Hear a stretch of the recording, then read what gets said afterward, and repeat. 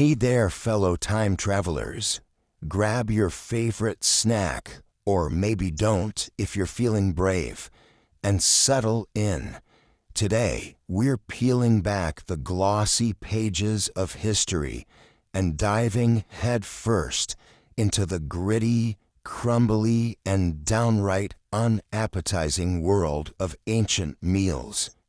Spoiler alert, those romantic visions of succulent roasted meats and sweet honeyed treats, yeah, prepare to have them thoroughly dashed, because when it came to eating in the ancient world, appetizing was often the last thing on the menu. Imagine waking up thousands of years ago, before refrigerators, before supermarkets, heck, before even the proper idea of clean kitchens. Your breakfast isn't a flaky croissant or a fresh fruit smoothie.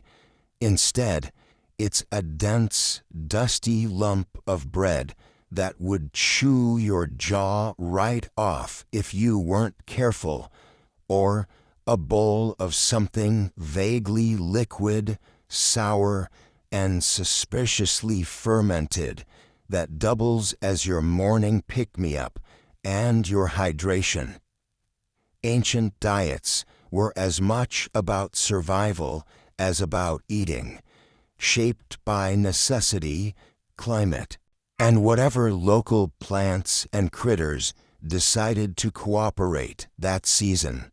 Let's start with bread, the cornerstone of most ancient meals.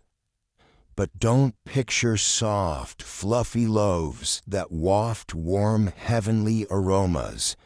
Nope, we're talking about gritty, dense slabs that could double as doorstops or weapons if you wanted.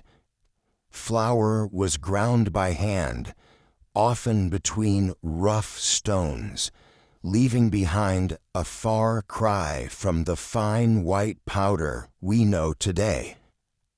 Instead, tiny flecks of stone, husks, and sometimes remnants of bugs made their way into the dough.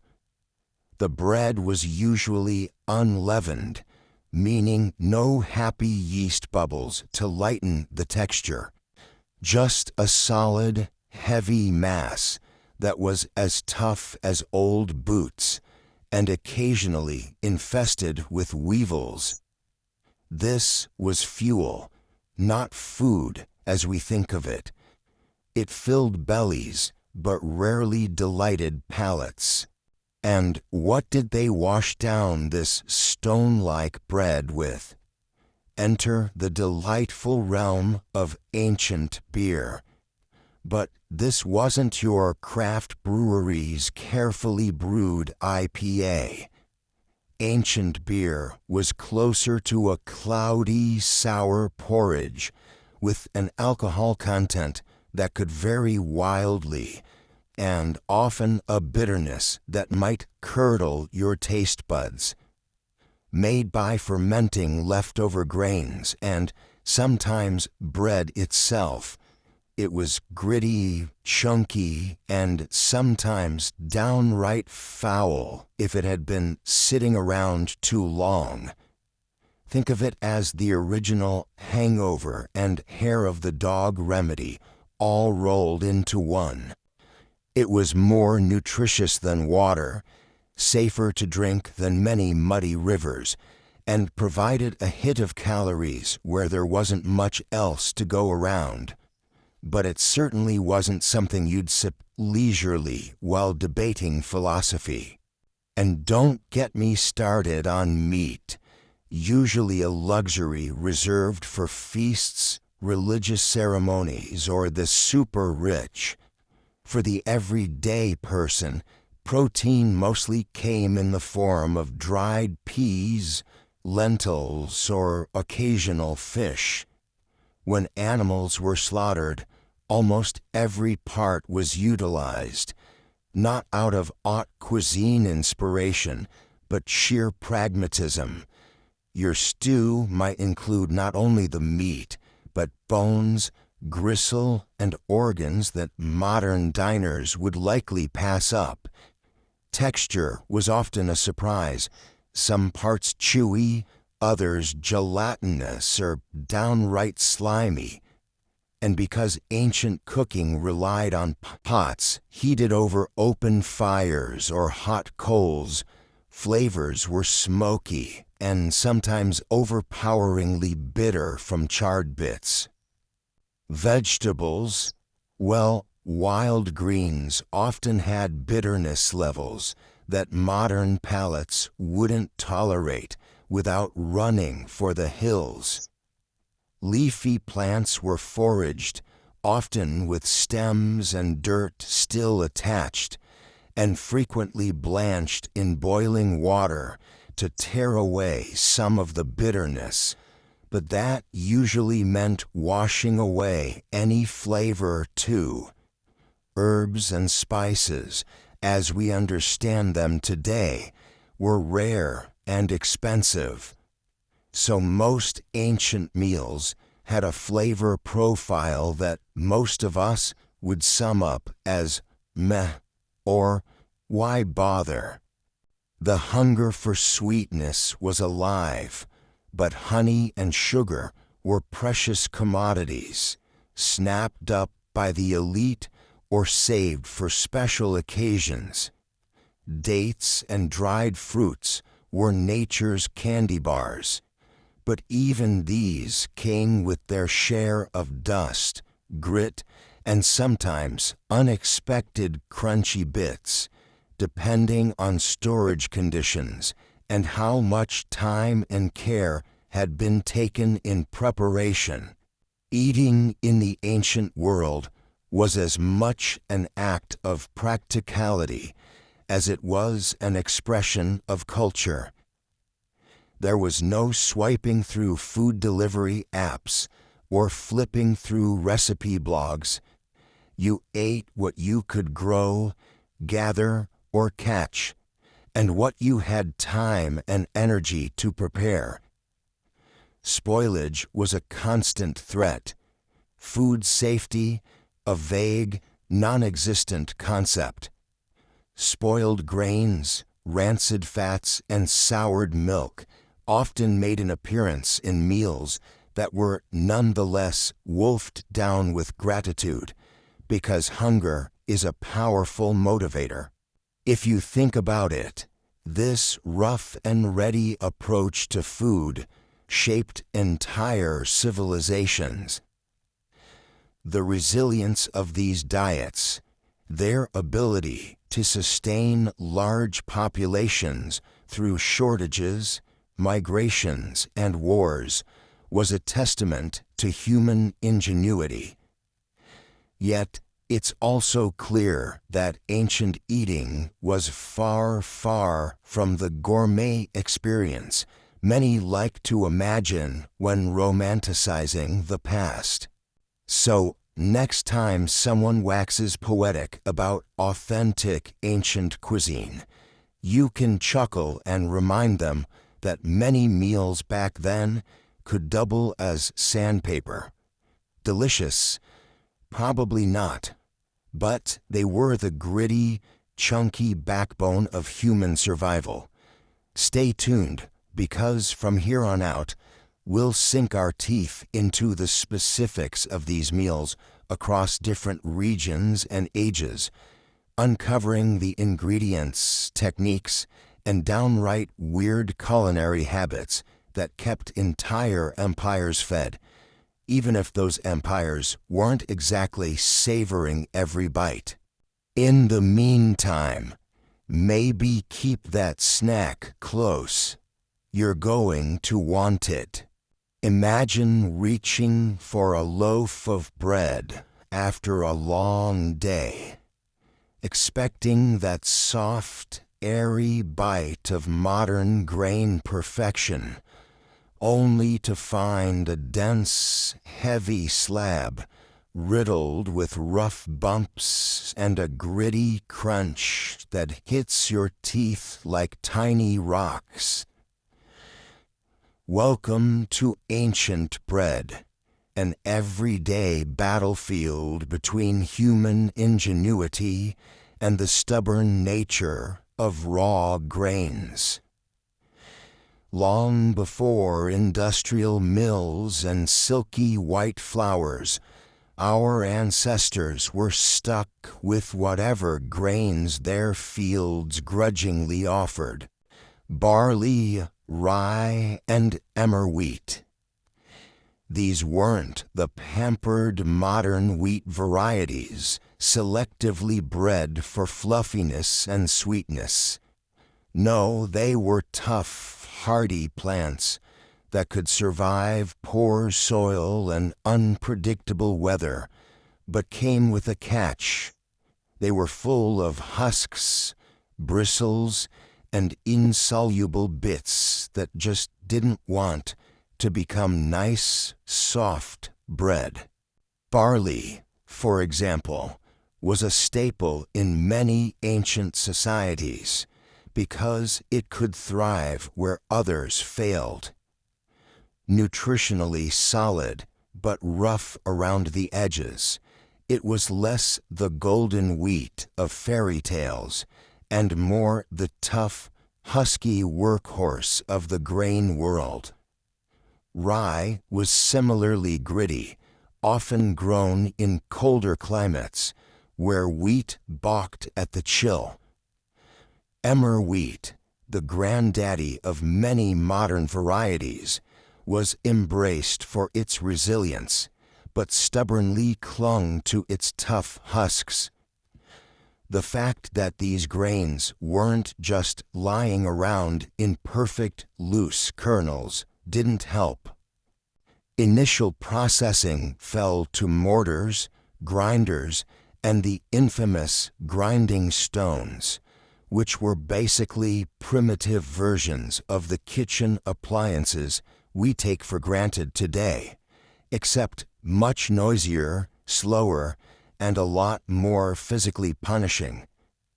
Imagine turning a giant stone wheel by hand, scraping those unyielding grains against rough surfaces to slowly shave off tiny flakes of flour.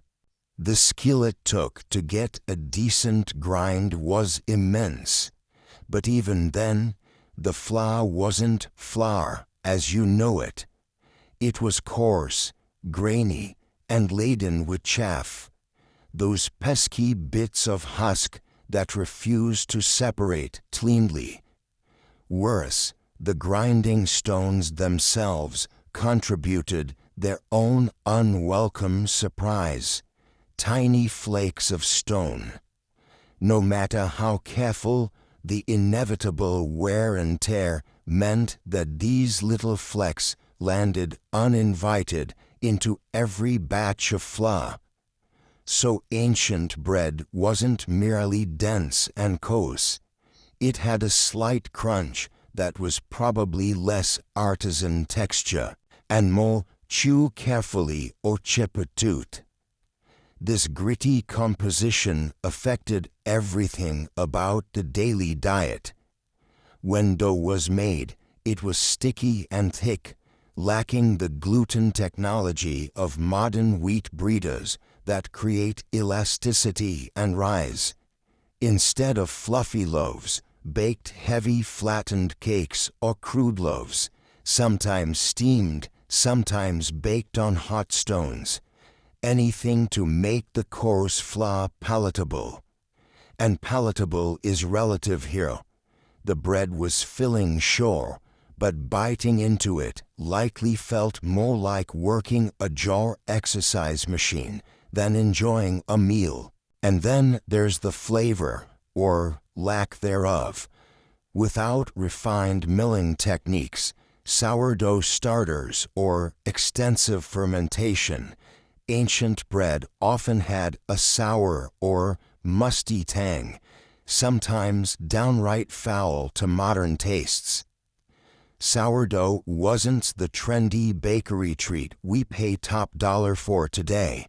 It was a natural consequence of long fermentation, necessary to soften the grain and break down compounds, often with varying success.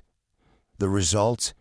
More a vehicle for other foods, a bland but essential base for whatever watery stew, oily paste, or roasted meat could be secured. The reliance on these hardy grains also shaped societies more than we might realize. Since processing was labor-intensive and painstaking, the very act of making bread was a daily chore that shaped social roles and time allocation. Women and children often spent hours grinding and baking, a repetitive task full of frustration as they battled gritty flour and the inevitable tooth-breaking stones.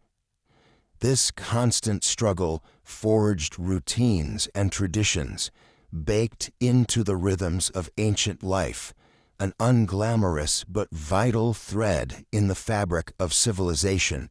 Dusty grinding stones, crude ovens, and unyielding grains were the norm, not exceptions. There was new quick bread hacks, new pre-packaged mixes, new food chemistry labs tweaking recipes for tenderness and flavor. Each loaf was a testament to human persistence, a gritty artifact that speaks volumes about the circumstances of daily survival. So next time you bite into a soft, warm slice fresh from the bakery, spare a thought for those ancient grains and the stubborn, stone-chipped bread of antiquity. It wasn't merely food, it was hard-earned sustenance, gritty with the literal grit of history itself. Picture this. Dawn breaks over a sprawling ancient village. The sun begins to warm the earth. But inside the small, smoky kitchens, the real tough work is just getting started. The cereal grains, barley, wheat, or rye, await the transformation into the daily staple that is bread. But unlike the fluffy, evenly textured loaves we're used to today, ancient bread was a different beast altogether. And at the heart of that was the milling process, a tedious back-breaking ritual that guaranteed one thing above all. Your bread would be gritty, coarse, and riddled with unexpected lumps. Grinding grain might sound simple. After all, it's just crushing seeds into flour, right? Well, not quite. Back then, milling was done predominantly by hand or foot, using large flat stones called querns. You either stood and rocked a smaller stone atop a larger stationary one, or used a version you'd spin with your hands or feet. Technically effective, yes, but hardly gentle. The process was slow, exhausting, and anything but precise. Imagine the frustration of trying to crush not just the dry, tough grain kernels, but also the hard husks and all sorts of debris that mixed in during harvest. This manual milling simply couldn't produce the fine, powdery flour that modern machines create in minutes. Instead, it yielded a coarse mash, a mix of crushed grain, bran, and tiny pebbles accidentally chipped off the grinding stones. Those stones were made of sandstone or granite, tough enough to handle years of milling, but over time, every twist and grind scraped off countless microscopic slivers. Some of these fragments ended up in the flour, sneakily embedding themselves into doughs. So when you bit into ancient bread, you weren't just munching grain, you were also crunching unnatural grit and, occasionally, little stone bits. Talk about unappetizing surprises. And it wasn't just the presence of real sand underfoot that made ancient bread gritty. The unevenness of the flour itself contributed heavily to that distinct texture. Unlike our modern flour, which is finely and uniformly ground to remove the bran and germ, early millers left these parts largely intact. The bran is tough, fibrous, and sharp-edged, and when ground roughly, it created a crumbly, somewhat tooth-challenging experience. Imagine trying to chew on a bread slice, where every mouthful includes not only soft grain, but also rough husks and grainy debris. Your jaw would get a workout. But the grit was unavoidable, and ancient people learned to accept it, or at least live with it. Hard, heavy bread was filling and sustained them through demanding labor, even if it wasn't winning any culinary awards. Their daily meals were less about flavor and more about endurance.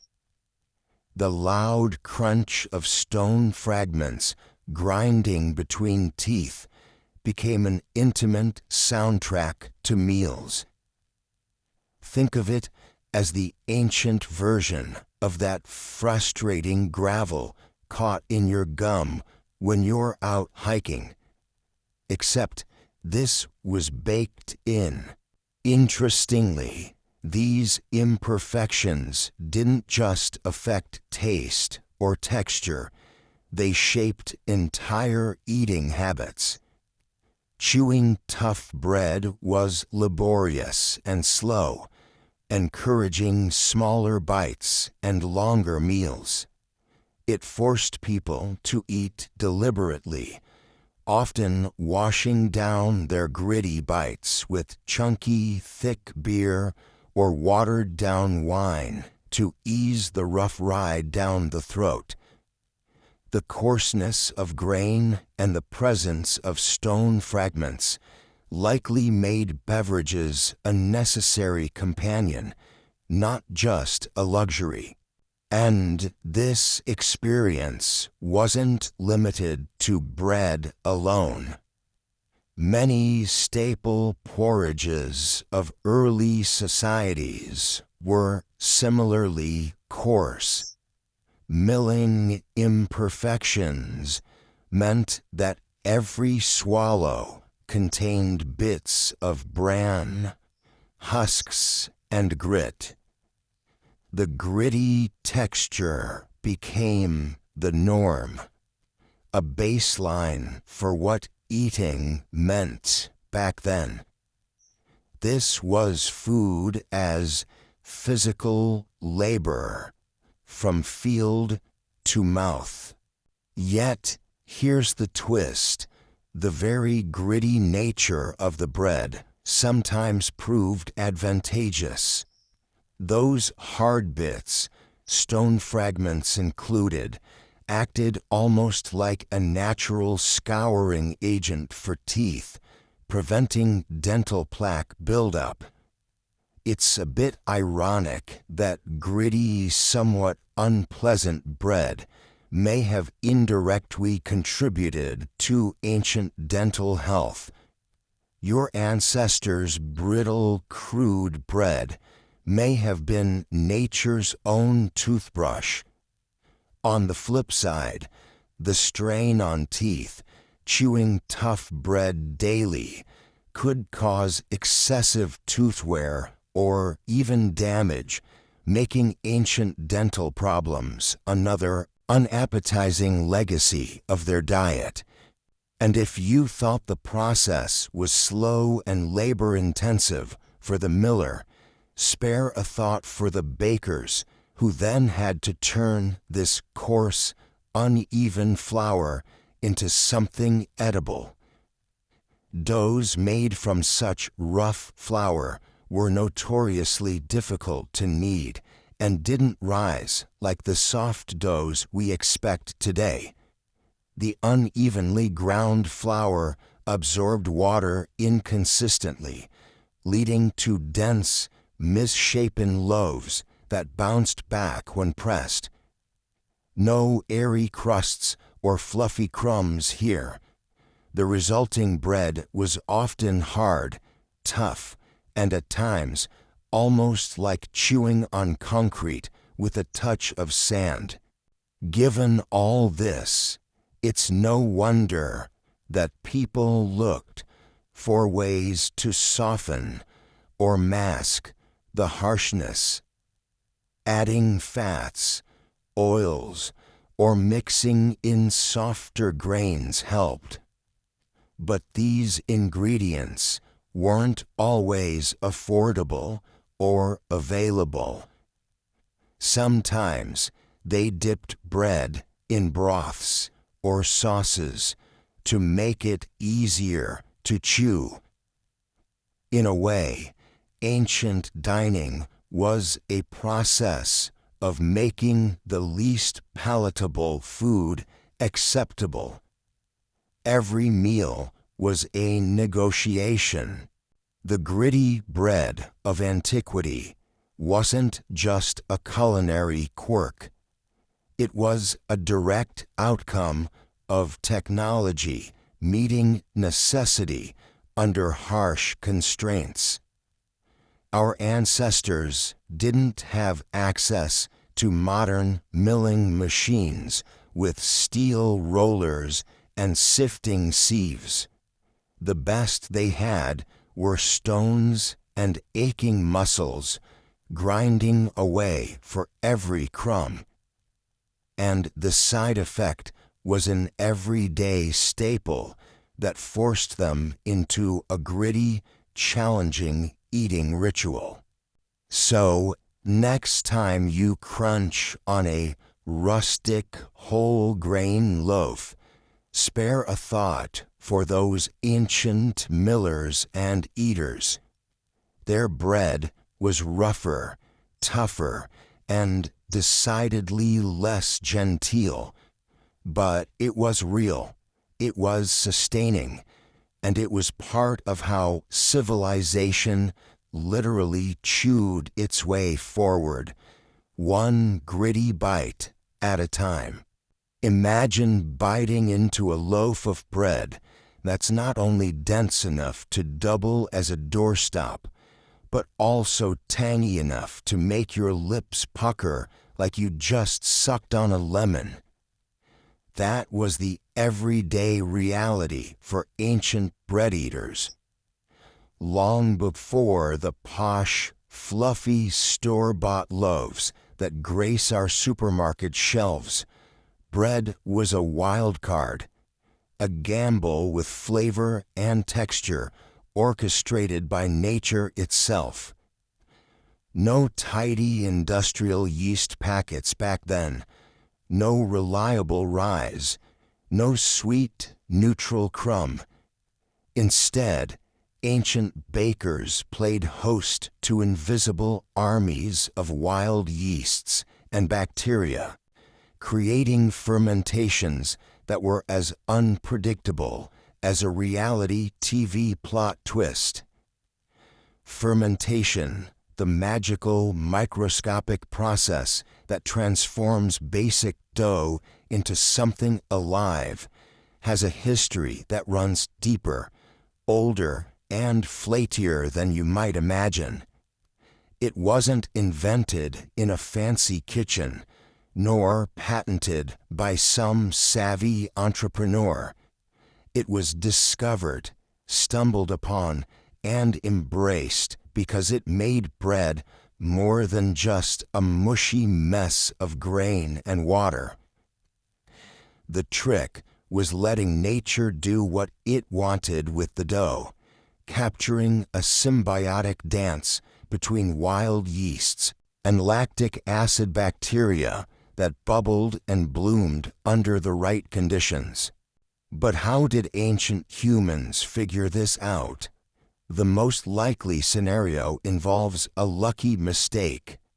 Dough left out too long, enveloped in ambient yeast floating in the air, took on life.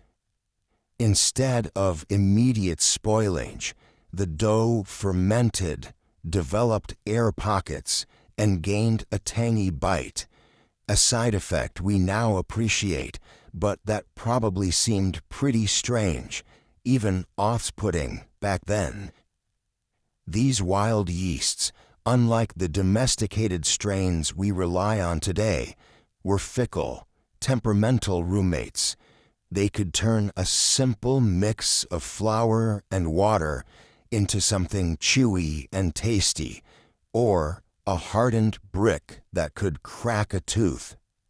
Sometimes the sourdough starter, essentially a culture of these wild microbes preserved over days, weeks, or even years, would morph into a bubbly cauldron of unpredictable flavors, cycling through hues of acidic sharpness and funky depth.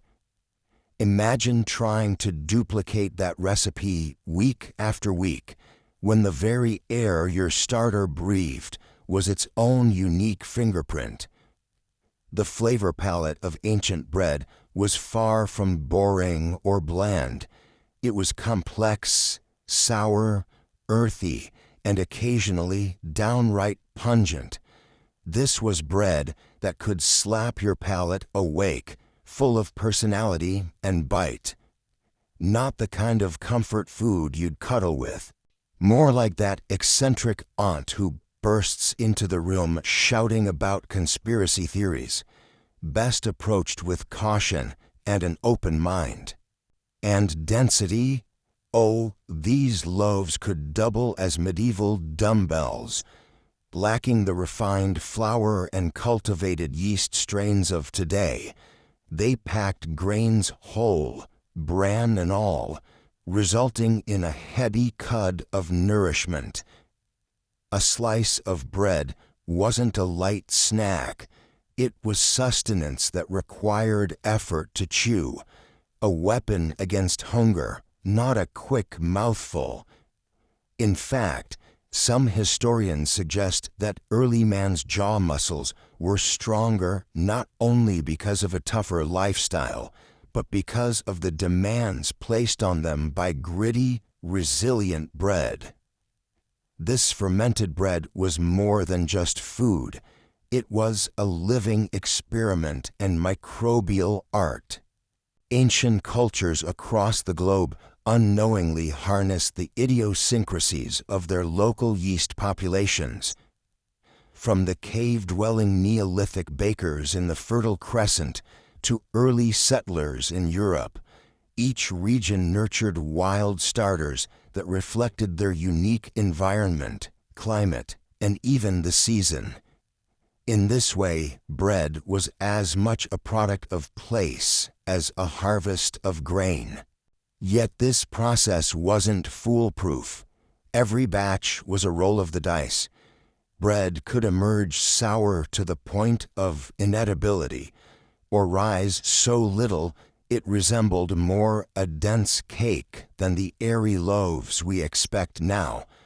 Sometimes the fermentation would produce weird off flavors, thanks to bacterial guests we'd now call contaminants, or even pathogens. But ancient palates, shaped by necessity and survival, adapted. The funky, sour, or chewy bread was just part of life, a far cry from our modern quest for endlessly soft and bland slices. This unpredictability also meant that bread was communal and temporal. Starters were passed down, shared, and nurtured like prized pets. A starter wasn't something you just tossed away. It was a living heirloom, a microbial legacy. When people moved or migrated, they carried their starters with them, seeds of fermentation that adapted or struggled depending on new environments. It's a microbial diaspora, invisible but fundamental. It's worth noting that these sourdough starters weren't just random blobs of goo. They were intricate ecosystems, silently working behind the scenes. Wild yeasts, such as Candida milleri and Lactobacillus bacteria, harmonized to produce carbon dioxide, those delightful bubbles that puffed up the dough, and lactic acid, the source of that characteristic tang. Without this microbial chemistry, bread would be a flat, bland, and frankly depressing slab of flour paste. So ancient bread was, in essence, a microbial handshake across the ages, a collaboration between humans and tiny organisms that transformed mere grains into sustenance and culture. It's humbling to consider that our ancestors' survival hinged on their ability to coax life from flour and water, to embrace the messiness of fermentation without the scientific understanding we take for granted today. The next time you slice into a crusty sourdough, spare a thought for those Stone Age fermenters who accepted the unpredictable slaps of sour tang and the heavy chew, because without their scrappy experiments with wild yeast and their stained wooden bowls, our bread might still be a heavy, flavorless brick.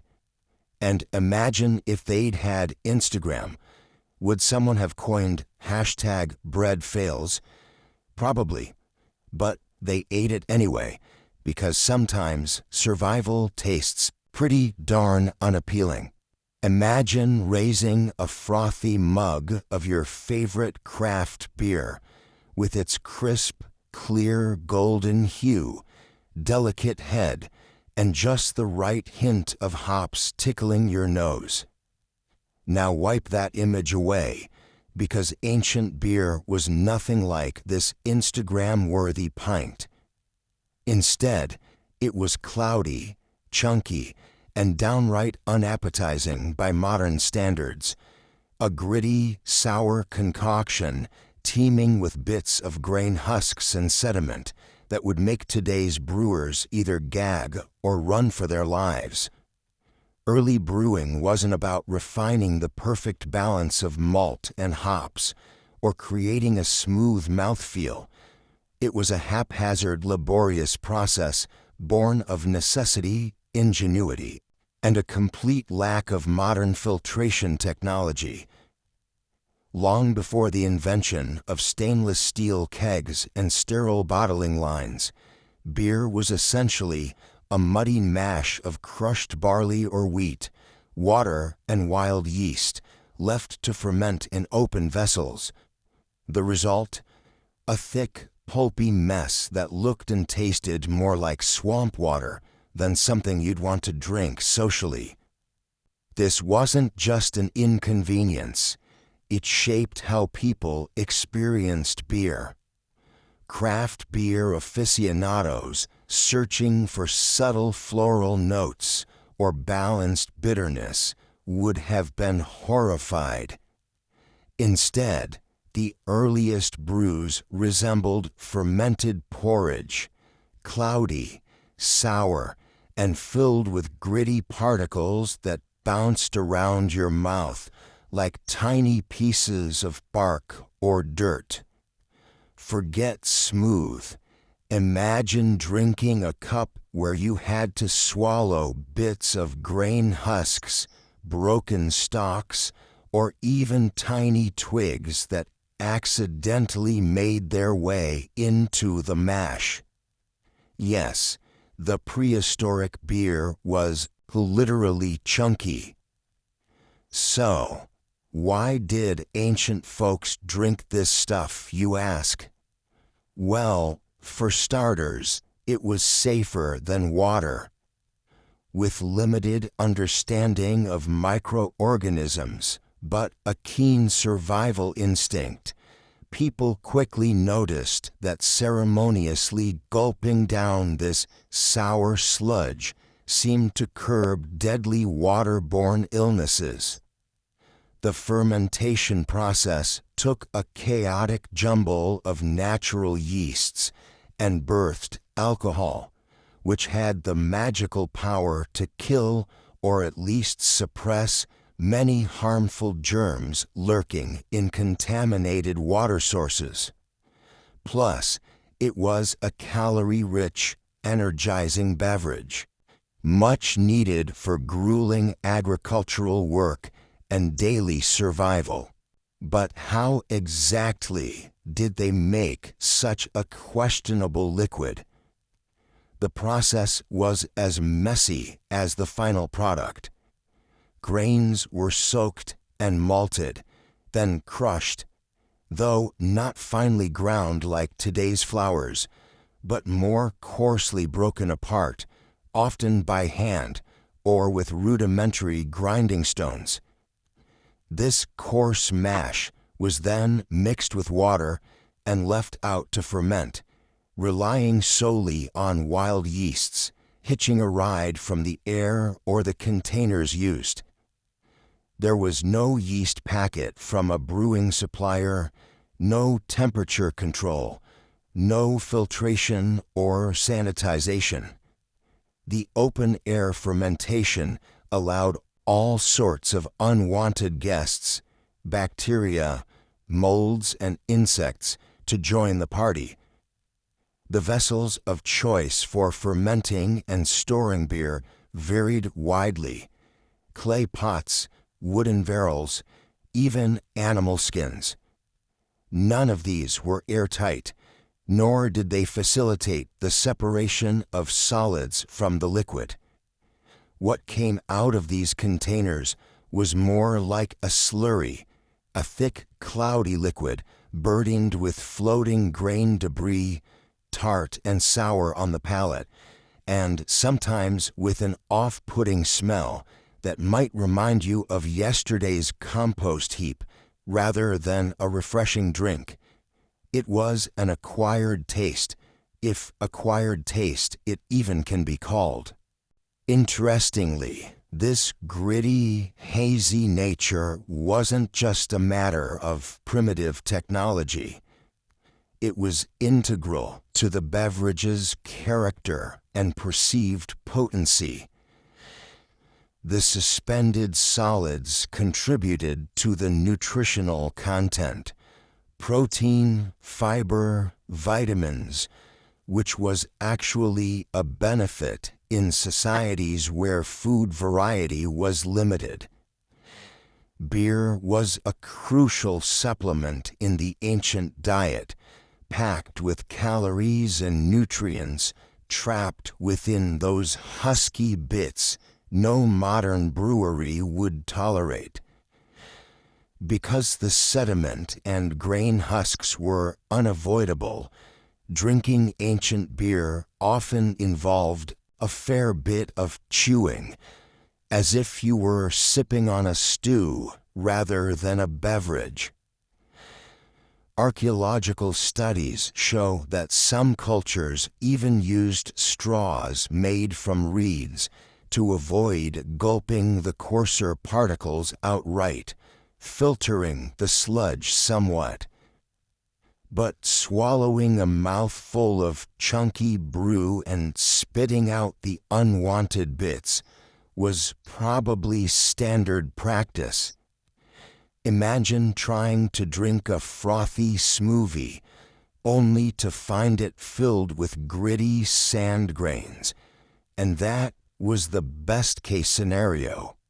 Over time, different cultures improved their techniques, slowly refining the texture and flavor of beer. But these changes were evolutionary, stretching over centuries, not overnight transformations. Early Mesopotamians and Egyptians had similar challenges, relying on basic, often accidental brewing methods. Even the word beer traces back to these ancient traditions, reflecting a beverage that was more about sustenance and ritual than pleasure or leisure. If you think this sounds like a rough ride for the palate, you're not wrong. Historical accounts and residue analysis paint a picture of a beer that was sour, sometimes rancid, and a bit of a gamble each time you took a sip. Without the ability to sterilize or filter, the risks of nasty infections or off flavors were high. Yet, this gritty, chunky beer remained popular, a staple in the daily lives of ancient peoples. Perhaps the true marvel is that despite this, beer held an almost sacred status. It was intertwined with religious ceremonies, social gatherings, and even medicine. The very impracticality of the brewing process made beer a precious commodity, as its production demanded time, resources, and know-how. It was a drink that connected people, not through sophistication or elegance, but through a shared, gritty experience that echoed their environment and technology's limits. So next time you sip on a polished pint of lager or savor a smooth stout, spare a thought for the ancestors who braved the chunky, murky world of early brewing. They didn't have crisp clarity or sweet floral notes. No, their beer was an unfiltered, mouth-coating mess, a testament to human creativity and resilience, and proof that sometimes deliciousness is in the eye and tongue of the beholder. Imagine cracking open a frosty mug of freshly brewed beer. Now hold that thought and then smack it right out of your hand, because the beer our ancient ancestors drank wasn't exactly the golden nectar you might be picturing. Instead, it was a murky, chunky, often sour mess that teetered on the fine line between nourishment and a microbiological accident waiting to happen. Early brewers didn't have shiny metal vats, precision temperature controls, or the guarantee of pure yeast cultures tucked away on lab shelves. Their concoctions were the product of something much simpler: barley, water, and an unpredictable entourage of wild yeasts and bacteria hitchhiking through the environment. The result, a brew that more closely resembled swamp water with a pulse of fermentation, rather than a polished beverage fit for a medieval banquet. Barley, that humble grain, was the star ingredient. But back then, it wasn't the highly domesticated, polished cereal grain we recognize today.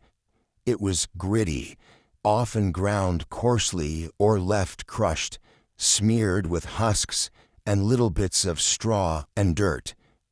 Millstones didn't always produce fine flour, and the separation of bran from grain was a luxury of later ages. So when barley was soaked and mashed, the slurry looked more like a porridge gone rogue, thick with fibers that refused to settle and too many foreign particles to be appetizing. Then came the wild yeast, nature's uninvited party guest, with a knack for causing both delight and disaster. Unlike modern brewing, where brewers invite specific yeast strains for a controlled fermentation process. Ancient brewers relied on spontaneous fermentation. This means the mixture fermented because airborne yeasts and bacteria landed on it, took hold, and multiplied. Sometimes this created a pleasantly tart, mildly alcoholic drink. Other times, it turned into what modern palates would call a science experiment gone wrong, off-putting, funky, or downright foul.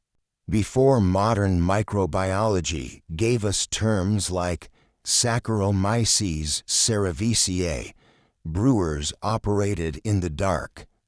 Did these floating microorganisms carry disease? Quite possibly. But ironically, the fermentation process, by drowning out or suppressing more dangerous pathogens, probably made beer safer to drink than local water sources, with rivers often contaminated by runoff, human waste, and the occasional carcass. Beer in its chunky, unpredictable form was a liquid lifeline, presenting more benefits than risks. This odd safety net also helps explain why beer was more than just a recreational beverage. It was a staple of survival, a source of calories, hydration, and even some vitamins and minerals that were missing from grain alone. The alcohol content, usually lower than today's lagers, but still enough to loosen tongues and preserve the brew, gave ancient drinkers a sweet, if slightly sour reprieve from the otherwise tough and frequently monotonous diet. But don't imagine anything like today's crisp, clear lagers or smooth ales. This ancient beer was convoluted, often cloudy and full of suspended solids that could pass for miniature ecosystems. We see hints of this gritty reality in the archaeological record. Residue analyses inside old pottery fragments reveal microscopic grains, yeast cells, and molds. Written records from Sumerian and Egyptian civilizations provide brewing instructions that aren't recipes so much as rough guidelines executed with a prayer and crossed fingers. These texts often describe processes like soaking grains until they sprouted, then drying and crushing them into coarse grist. Water was added, sometimes flavored or sweetened with dates or herbs, and the mixture was left out, exposed to the ambient flora of the brewing environment. All of which meant that every batch was a culinary roll of the dice. One day's brew might be pleasantly quaffable, sweet, sour, yeasty, and intoxicating. The next could be bitter, moldy, or just plain gross. Complaints about beer quality probably went hand in hand with the first human grumbles about their lot in life. With no refrigeration, no sterile techniques, and little ancient understanding of fermentation science, brewing was an erratic art of patience and hope. Bacteria also played their part, sometimes in ways that would make today's drinkers gag. Lactic acid bacteria helped create sour notes, akin to a sourdough starter gone wild. But other bacteria could spoil the batch, producing off flavors and unpleasant odors. The smell might have ranged from yeasty bread rising in a bakery to something closer to a barnyard latrine, and both were probably acceptable in differing degrees. From a modern perspective, it's tempting to imagine that ancient peoples settled for these borderline disgusting beverages out of desperation. But in reality, their taste buds and cultural expectations were vastly different. Consuming a cloudy, gritty drink teeming with floating bits wasn't seen as gross, it was normal. And here's the kicker. Despite its rough edges, this beer was an evolutionary marvel. It allowed communities to turn humble ingredients into a source of nutrition and even social cohesion. Drinking this rudimentary beer meant ingesting not only calories, but also a mix of probiotics in a primal form, microbes that shaped their gut flora long before the microbiome was a hot topic in wellness blogs. Think of it as the Stone Age version of your trendy kombucha, but probably far less delicious and a tad more dangerous.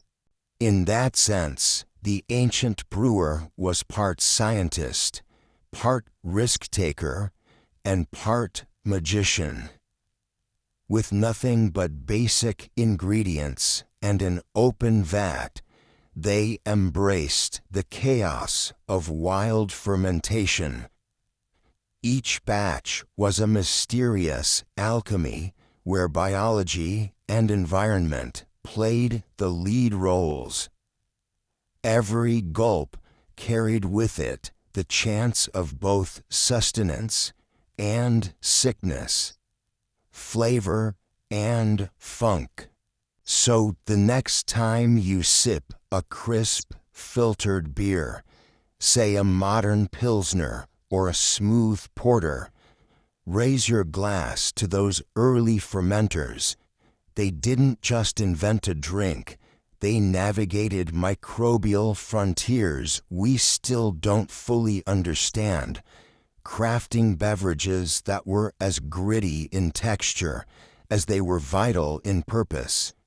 Their chunky beer was less about perfect taste and more about survival, nourishment, and embracing whatever tiny organisms wandered in to join the party.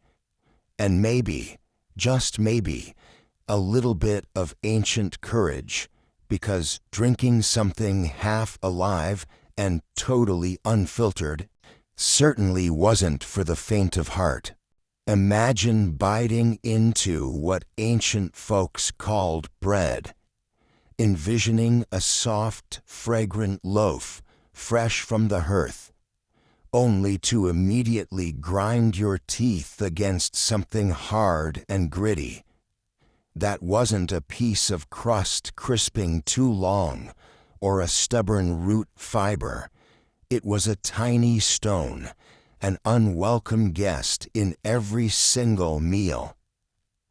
This was the less romantic side of ancient dining, where every bite carried the risk of crunching down on unwanted debris, because rudimentary harvesting methods simply couldn't keep these contaminants out. Picture ancient farmers trudging through their fields with sickles and crude flint blades, tools painstakingly simple and far from the precision farming equipment we have today. Grain stalks were cut and gathered by hand, then sieved and crushed using stone tools. Nowhere in this process was there the luxury of thorough cleaning that modern milling and sorting allow. Instead, the harvested wheat, barley, or rye came bundled with seed husks, tiny pebbles, and pockets of dirt stubbornly clinging to its kernels. Grinding stones, although revolutionary at the time, did little more than pulverize everything together embedding grit and chips of stone into what would become bread flour. It's easy to forget when you're chewing a fluffy sandwich or biting into a perfectly crusted baguette. But in the ancient world, that occasional crunch was par for the course.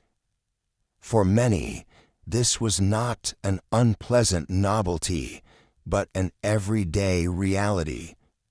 The grittiness added a kind of accidental texture, a reminder that their food was born more from necessity than nicety, forged in an environment where preparation technology hadn't yet caught up with culinary desire. And the problems didn't end with bread. Beer, the common drink of choice across many cultures, was no sanctuary from this gritty invasion.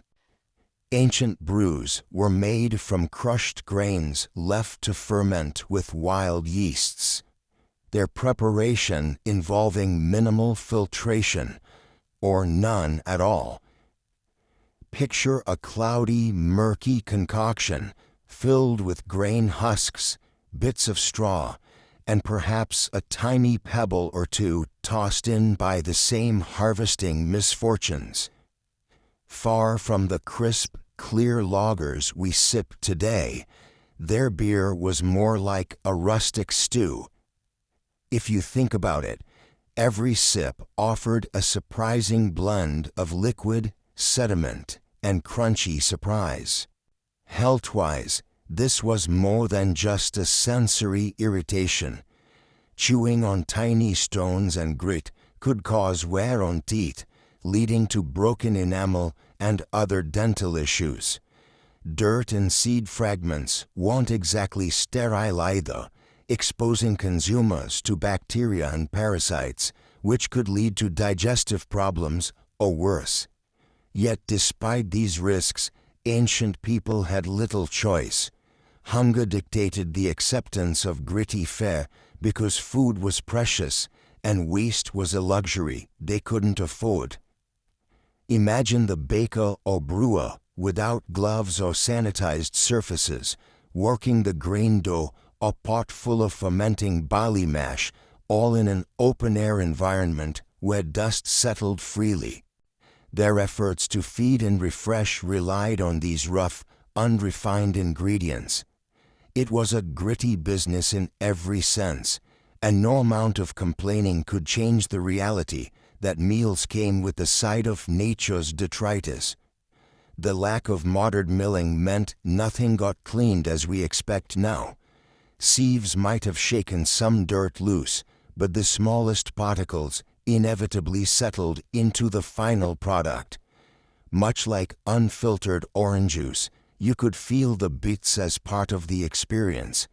Only these bits were chance shards of earth and stone rather than pulp. Even more fascinating is how ancient cooks adapted to this. Recipes and techniques evolved to hide or soften the presence of grit. Grinding grains repeatedly, soaking them in water, or adding fat to dough to smooth texture. But small stones were stubborn. Some experimental bakers of the time might have noticed the damage these abrasives inflicted on teeth, yet there was no widespread solution. They went hungry or gnawed their way through it. The gritty crunch was just how bread and beer tasted. This underlying toughness shaped the very texture and character of ancient cuisine, influencing not only the physical experience of eating, but also the cultural associations people had with food. Meals were practical, utilitarian affairs where survival trumped culinary delight. There were no Michelin stars for an uncrushed stone in your loaf or a pebble in your pint, but these imperfections were the price paid for nourishment. So whenever you sip a flawless craft beer or savor a loaf of pampered artisanal bread, Spare a thought for those early eaters. Their meals came with a little natural seasoning, bits of earth and stone seasoning each bite and gulp. It was a gritty, chunky reality that framed their daily existence, a reminder that food's history is as rough and raw as the tools that prepared it.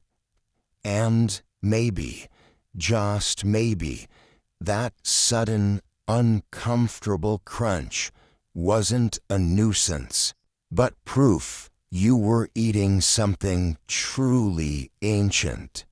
Imagine stepping into an ancient kitchen, not the gleaming stainless steel and sparkling countertops of a modern home, but a smoky, cramped space where heat and ash linger in every corner, and cooking tools are a haphazard collection of stone, bone, and crudely fashioned metal. This is where the story of ancient meals really begins, in the nitty-gritty reality of how food was prepared and preserved. Because, as you'll quickly discover, what people ate thousands of years ago wasn't just about the ingredients. It was shaped and often hampered by the tools they had at their disposal and the rudimentary cooking techniques they mastered. Fire was both a blessing and a curse. Controlling it was an art form and a gamble. Without temperature gauges, timers, or reliable cookware, ancient cooks relied on intuition and a hefty dose of luck. Over an open flame, it was easy for bread to scorch into crispy black slabs 1 minute and remain stubbornly doughy the next. Imagine biting into a piece of bread so dense you could practically use it as a weapon, or so dry it crumbled into dust the moment it left your hand. The texture was a far cry from the soft, pillowy loaves we relish today. Instead, bread was often gritty, heavy, and full of whatever grains or seeds could be crushed together. No refined flour here. Grinding was done by hand, using rough stones, which meant the resulting flour was anything but fine. That coarse grind meant bread had a sandpapery quality that would make even the hardiest modern hiker grimace. Now think about storage.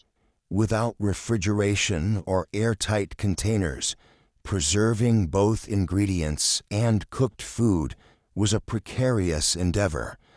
Earthenware jars sealed with bitumen or animal fat were the norm, but they offered little defense against humidity, pests, and mold. Grains sometimes sprouted into unwanted green aliens long before mealtime. Animal fats went rancid quickly, turning those valuable calories into a bitter, off-putting mess. Even beer, a staple drink from Mesopotamia to Egypt, was as far from your crisp, chilled pint as you can imagine. Instead of a clear, fizzy beverage, ancient beer was thick, cloudy, and chunky, sometimes containing bits of grain and sediment, floating like miniature debris fields. Far from refreshing, It could be gritty and sour, with a texture that might make you wonder whether you were drinking or chewing. Cooking vessels themselves, clay pots, stone slabs, simple griddles, played a huge role in determining the final taste and mouthfeel of food. These pieces were fragile, often cracked or porous, which affected everything from heat distribution to flavor absorption. It wasn't unusual for pots to leach minerals or smoky residue into whatever was being cooked, imparting a slightly metallic or sooty tang to soups and stews. And because fuel was precious, meals were typically cooked quickly or used residual heat, meaning food was often undercooked or reheated multiple times, leading to tough, rubbery textures. Even seasoning was a challenge. Spices and herbs were luxuries for the wealthy, rarities imported from afar or carefully cultivated in small kitchen gardens. Most common folk had to make do with local wild herbs, or more often, none at all. The result: many ancient dishes were surprisingly bland or overly reliant on salt, and not the fine table kind we know today, but a coarse, crunchy kind that could double as its own course. Imagine chewing on pieces of that just to get any flavor kick. This lack of seasoning often forced cooks to rely heavily on fats or broths to add moisture and richness. But because of storage issues, fats were often rancid or gamey, giving food an unpleasant edge. The very act of preparing meals was a gritty ordeal. Manually grinding grain, pounding tough meat carts, and stoking fires was labor-intensive and exhausting. This labor shaped not just diet, but culture. The communal effort of cooking brought families together, but it also meant quick, rough meals trumped gourmet finesse. Texture was king. Chewiness, toughness, and heaviness defined the experience. Meat was often stringy or sinewy, bread like an ancient brick, and beer like a thick, foamy gruel. Far from the Instagram-worthy food spreads we drool over today, the ancient meal was a test of endurance, as much as appetite. And yet, despite all these obstacles, people ate. They adapted by developing clever methods, like soaking grains overnight to soften them, fermenting dough to add slight acidity and puffiness, or slow cooking tough cuts in earthenware pots buried in embers to break down fibers. While the end product still fell short of modern expectations, these innovations reveal a deep understanding and resourcefulness that often goes unappreciated. The rugged textures and unusual flavors weren't just consequences of limitation. They were the authentic essence of ancient eating. So next time you bite into a perfectly fluffy loaf or sip a crisp lager, take a moment to imagine a meal cooked over smoldering embers in a smoky room, served with dense, gritty bread and a mug of chunky, sour beer. It was survival, sure, but also a testament to human ingenuity, where texture and taste were rough companions on the journey of satisfying hunger. The kitchen itself, crude, smoky, and filled with cracked pots, was the stage where prehistoric food drama unfolded daily. And whether you find that mouthfeel terrifying or fascinating, It's a deliciously honest window into the hard, unpolished reality of ancient life. Imagine sitting down to a meal without a knife, fork, or spoon in sight. No neatly plated dishes or Instagram-worthy latte art. Instead, your table is a rough slab of stone or a wooden plank, and your food, well, it's probably going to be a dense, gritty lump of bread with some kind of watery stew or porridge slopping beside it. Welcome to the unvarnished reality of ancient dining. Long before fancy cutlery became a mundane part of everyday life, ancient peoples embraced a more tactile, hands-on approach to eating that might strike modern sensibilities as, well, a bit brutal. The prime example, bread, but not the soft, fluffy, artisanal stuff we covet today. Ancient bread was often the opposite, hard, coarse, and packed with bits of grain husks and, surprisingly, sometimes sand or ash. You could easily mistake it for an abrasive cleaning tool masquerading as food. It was the kitchen's version of a gritty, dense rock, an essential staple, yes, but hardly the invitation to a cozy dinner party. So, why did ancient folks willingly crunch down on what basically resembled edible gravel? Partly, it was practical. Milling techniques back then were rudimentary, and fine flour was a luxury. Grinding grain between stones left inevitable impurities, resulting in that unfiltered, lumpy texture. In a way, their bread was more whole earth than whole grain. And lest you picture tiny artisanal pieces, these breads were often thick, hard slabs, perfect for scooping up food, but equally good at testing your jaw strength.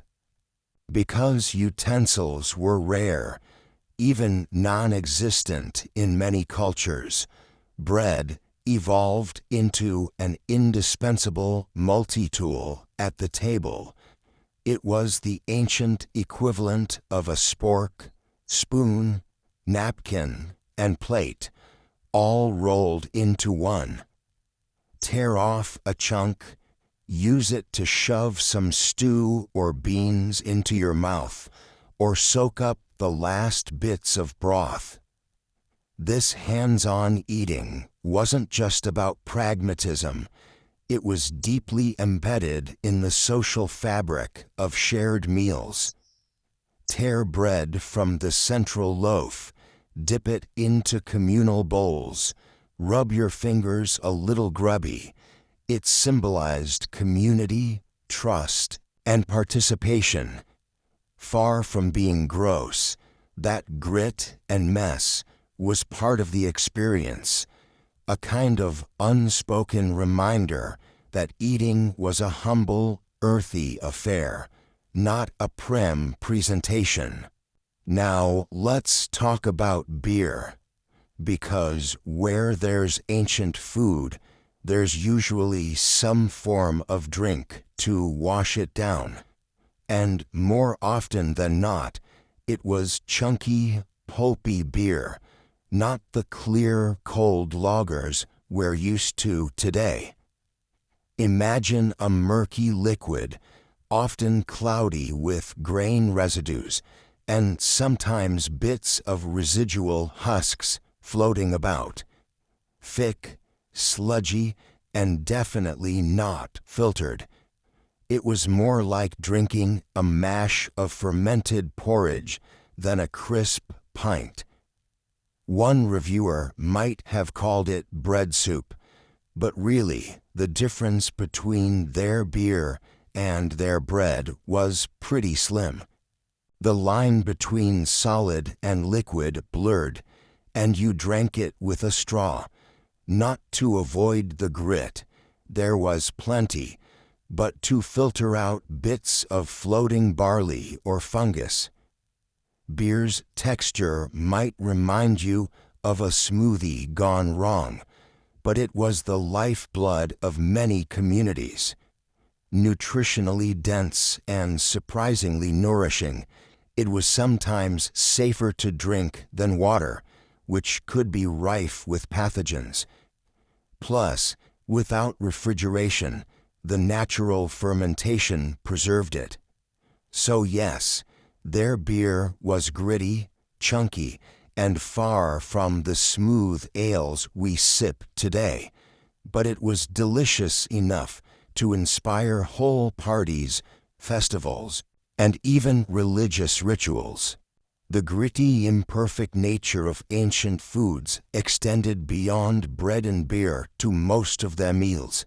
Vegetables were often coarse and fibrous, meat was tough and stringy, and grains included shell fragments. Pottery cooking vessels weren't designed for finesse, but for durability, often leaving a smoky, earthy residue on everything they cooked. No slow sous vide or delicate reductions here, just a hearty, direct approach to nourishment. This was food shaped by survival, necessity, and the constraints of technology, not a quest for culinary refinement. Interestingly, that rough, rustic food culture shaped social hierarchies too. Imagine the communal stew pot at the center of a clan gathering, where everyone had a share, but only the elders or chiefs might get the best cuts, or perhaps some extra grains thrown into their gruel. The act of breaking bread wasn't just sustenance, it was a ritualistic reaffirmation of social bonds and status. Sharing gritty bread and chunky beer was a sensory experience that was as much about who you ate with as what you ate. So, despite appearances, the ancient palate wasn't just settling for some nasty leftovers. They embraced a texture and earthiness that modern diners often reject. Grit, chew, chunk, slurp. It was all part of the package, a daily reminder that food comes straight from the messy, imperfect world.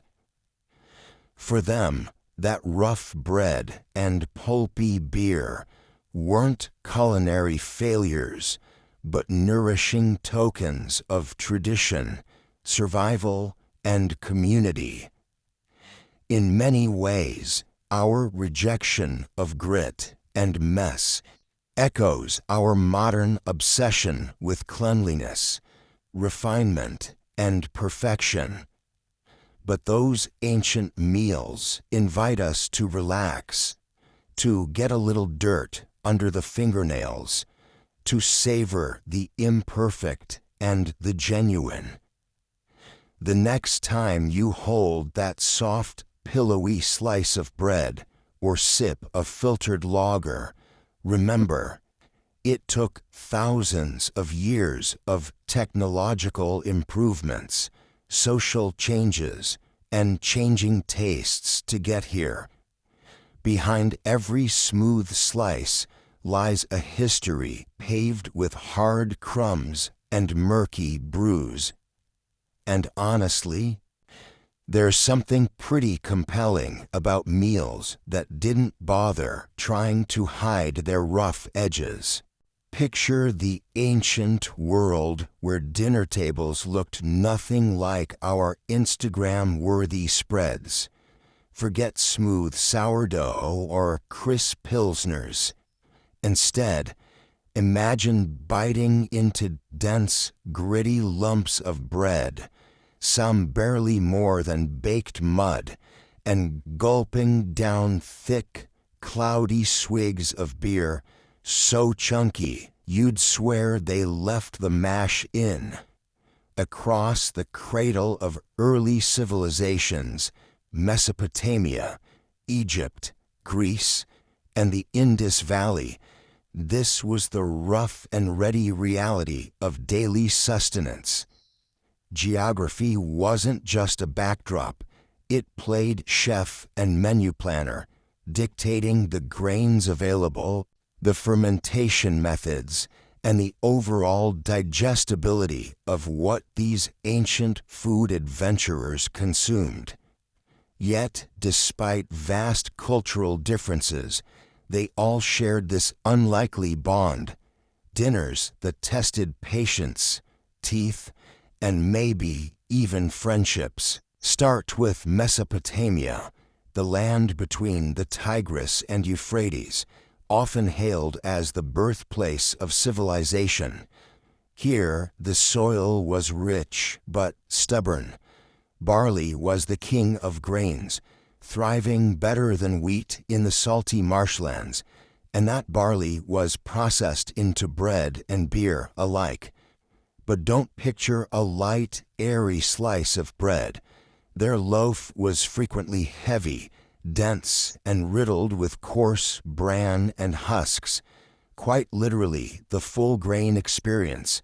And by full grain, I mean every abrasive particle stuck between your teeth for hours after. The grain milling was rudimentary, mostly ground on stone querns, producing a gritty flour that, when baked into bread, resulted in a somewhat flattened, hard-as-rock oval. Fancy feasts, not with this staple. Hospitality instead relied on adding dates or honey to sweeten the monotony. But even that couldn't mask the fundamental earthiness. And the beer. Ah, the Mesopotamian beer. Nothing like the clear, golden lagers of today. Their brew was thick, opaque, practically a porridge you'd scoop with a spoon before chugging. It contained bits of grain residue, sand from imperfect filtering, and sometimes sour tangs from wild yeasts. Imagine trying to gulp down what feels like a breakfast cereal gone rogue, especially after a hot day battling the unforgiving Mesopotamian sun. The grain sediment clung stubbornly to the bottom of the cup, requiring constant stirring, and just when you thought you'd found your rhythm with the brew, the chunky texture would throw off your swallowing reflex. Think of their beer as an unfiltered, gritty smoothie with a decent buzz, ideal for laborers needing calories and hydration, less so for anyone with delicate taste buds. Travel west to Egypt, where the Nile's annual flooding blessed the land with fertile silt, creating an entirely different food landscape. Wheat was more common here, allowing for somewhat lighter, albeit still substantial, bread varieties. Egyptian baking techniques improved the crumb structure a bit, but the bread was still a far cry from the soft loaves we cherish today. Dense, sometimes sun-baked bricks of bread were the norm, a practical design that helped preserve the staples against spoilage. The crust wasn't crusty as we know it. It was hard and tough, almost like a shield protecting a damp, doughy inside.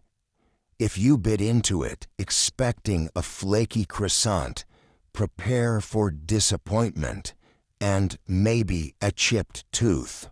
Egyptian beer sheds the thick and cloudy trait, but they introduced innovations to the brewing process.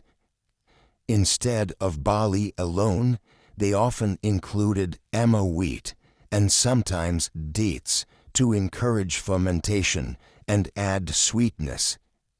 Still, the brewing vessels were rudimentary clay pots, and filtration was minimal. The resulting drink was a bubbling, sour, viscous concoction suited for a manual worker's palate and immediate calorie needs rather than sipping pleasure. The sediment settled in obvious layers, and no one bothered explaining away the gritty bits that dotted every mouthful.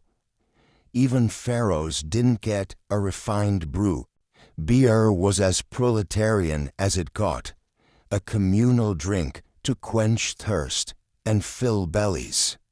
Heading north to Greece, the picture shifts subtly, but remains chewy at best. The Greeks favored barley over wheat in much of their early periods, especially before expansive trade routes brought in finer grains. Their bread was often dense and coarse, shaped into round or flat loaves suited for tearing by hand rather than slicing gracefully. Grain grinding was still a backbreaker, and flour pulsed through the stones with all the finesse of a medieval food processor, meaning bran stalks and husks wound up in the dough. The final product was somewhat chewy, often leaving traces in the mouth, much like a mouthful of fibrous sawdust. Breakfast consisting mainly of this bread, dipped in thick, chunky wine or beer, definitely kept the teeth in shape, if not the tongues entertained. Greek beer was less celebrated than their famed wines, but it existed, primarily in northern regions. The beer was similar to its predecessors, hazy, barely fermented to clarity, with plenty of particulate matter. The brewing process was mostly household-based, employing simple malting and fermentation, lacking the lager finesse we now associate with beer. By modern standards, it was gritty, sharp, and sour, perfect for an energy boost after wrestling with amphorae or strategizing battles, but perhaps not something you'd pick for a casual Sunday afternoon. Far east in the sprawling urban centers of the Indus Valley, modern-day Pakistan and northwest India, grain agriculture thrived under a very different climate. Wheat and barley coexisted with millet and rice, but bread baking was a distinct challenge. The absence of traditional ovens meant flatbreads were typically cooked on hot stones or simple griddles, resulting in supplementary textures that differed greatly from the loaf tradition of Mesopotamia or Egypt. The flour again was coarsely ground, producing thick, sometimes rubbery flatbreads with dense centers and charred outsides. These breads were often soaked in water or dipped in stews to offset their tooth-challenging textures, making them reluctant candidates for solo munching. Beer, or rather fermented grain drinks here, varied regionally, but shared that indelibly chunky character. Instead of clearing the brew of solid matter, the presence of residual grains was considered part of the experience. These drinks sometimes contained local herbs, lending strange flavors and unexpected medicinal qualities reminiscent of your grandma's misunderstood cough syrup. The fermentation was uneven, so the taste would swing unpredictably from mildly sweet to aggressively sour, paired with a slurry of grain husks, all contributing to a drink that could double as both nutrition and a mild stomach test. The common thread through all these civilizations was clear. The food was unrefined, dense, and rustic, shaped almost entirely by the limits of technology and the demands of geography. What we now take for granted, breezy slices of bread with tender crumb and crystal clear beer, were centuries, sometimes millennia, away from reality. The staple meals were practical, no-nonsense fuel designed to keep people alive and working hard under difficult conditions. It was a diet that favored endurance over elegance, sustenance over satisfaction, gritty over gourmet. So, every time you savor a light baguette or sip a filtered lager, spare a thought for those ancient eaters. Their meals were tougher to chew, muddier to swallow, and far less glamorous. But those lumps of gritty bread and mugs of chunky beer built empires, spurred the birth of cities, and laid the foundations for everything culinary that followed. It wasn't appetizing by modern standards, but it was effective, and in a way, kind of heroic. Peeling back the curtain on ancient meals isn't just about imagining dusty loaves or muddy mugs. It's a forensic puzzle woven through time, a gritty scavenger hunt for culinary clues hidden beneath layers of earth and ash. Archaeologists don't just stumble upon perfectly preserved sandwiches. Spoiler alert, those don't exist.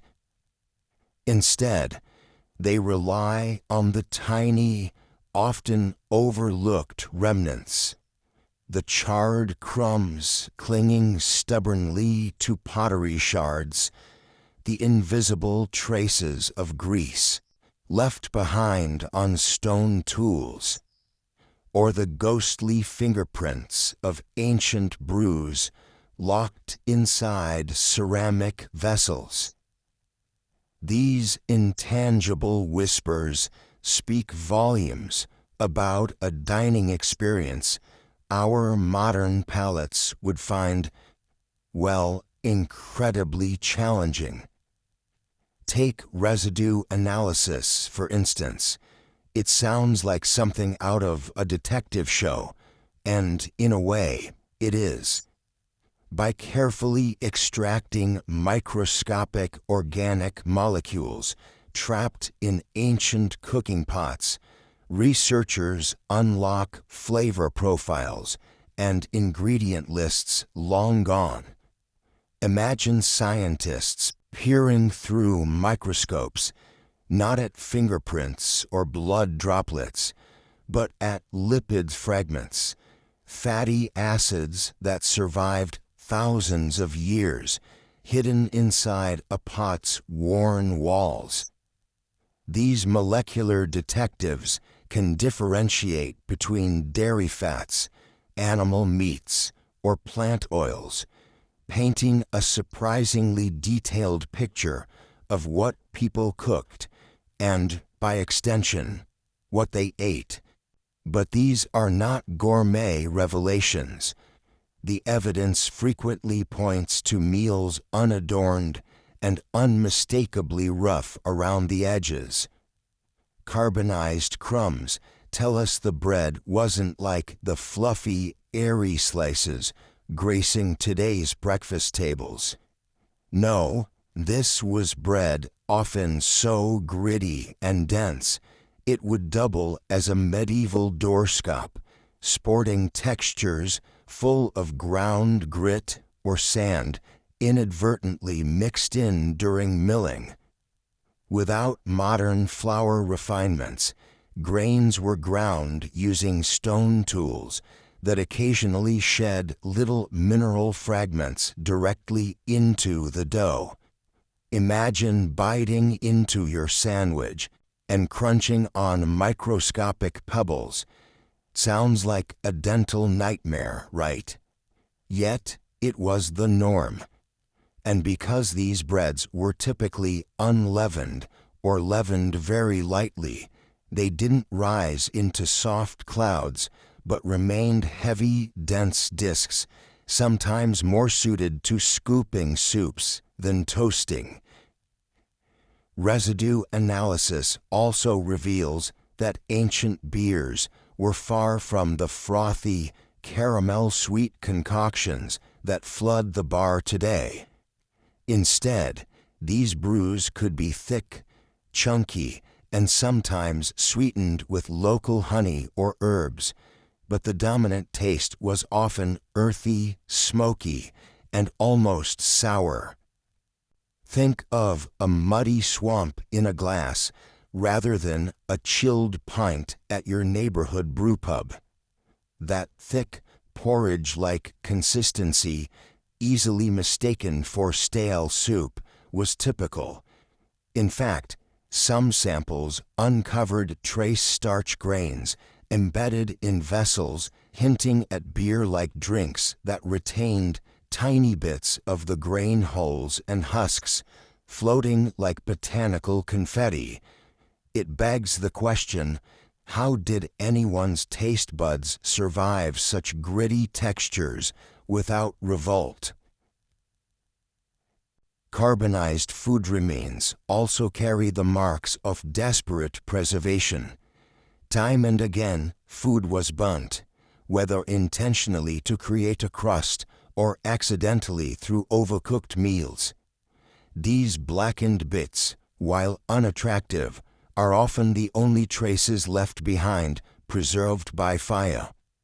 This paradoxically means that the tastiest parts, the parts we might crave on a charcoal-grilled day, are often reduced to ashen fragments. And from these, archaeologists glean texture. Not the pleasing snap of a toasted crust, but something closer to the sensation of stale, sun-baked charcoal in the mouth. If charred isn't your idea of gourmet, ancient peoples didn't have much choice. The tools themselves whisper culinary secrets. Stone grinding slabs, worn smooth and coated in faint residue, reveal the repetitive and labor-intensive task of grain processing. Hand mills and grinders left microscopic scars on grains, hinting at a gritty processing method that guaranteed flour carrying more than just wheat or barley. It often included abrasive rock particles. This wasn't a restaurant kitchen. It was a gritty workshop where food was rarely refined beyond necessity. Those tiny mineral inclusions worked their way into dough, creating a texture that modern industrial milling methods have long erased. Ceramic serving vessels and plates, when subjected to residue analysis, also tell a tactile story of texture. Lipid and protein residues reveal stews and pottages, bristling with fibrous remains. Underdone grains, coarse beans, and the occasional elusive pinch of wild greens. Not to mention, the high fiber content and low processing meant chewing ancient food was a full-mouth workout. Your ancestors didn't just eat, they gnawed through a mix of substances that today would barely pass for fodder in a petting zoo. Even more intriguingly, stable isotope analysis, linked with residues, can tell us where ingredients were sourced and suggest seasonal dietary shifts. For example, archaeologists have detected changes in grain types and added wild plants during times of shortage, hinting not at a gourmet choice, but survival strategies. Meals shifted with availability rather than desire, altering textures and flavor profiles, and sometimes making the daily bread far more coarse, bitter, or sour, qualities that modern eaters would likely recoil from. One particularly eye-opening discovery comes from analysis of fermented beverages. Some residue tests reveal that ancient brews were often more about utility than enjoyment. These were beverages rich in nutrients and perhaps safer than contaminated water supplies, but far less about delicate hop balances or sparkling clarity. The gritty sediment at the bottom wasn't a post-brew mess. It often made up part of the taste and nutritional value. Brewing in those times wasn't an art of refinement. It was functional, pragmatic, and, given the abundance of mud-like chunks, sometimes just downright unappealing. It's fascinating to think about. Long before superfine white flour, spritzed water pours, and gluten-wielding artisanal bakers, people's kitchens reeked of smoke, coarseness, and unyielding grains. Their daily staples were thick, abrasive, and frequently gritty, a far cry from today's sanitized and highly processed fare.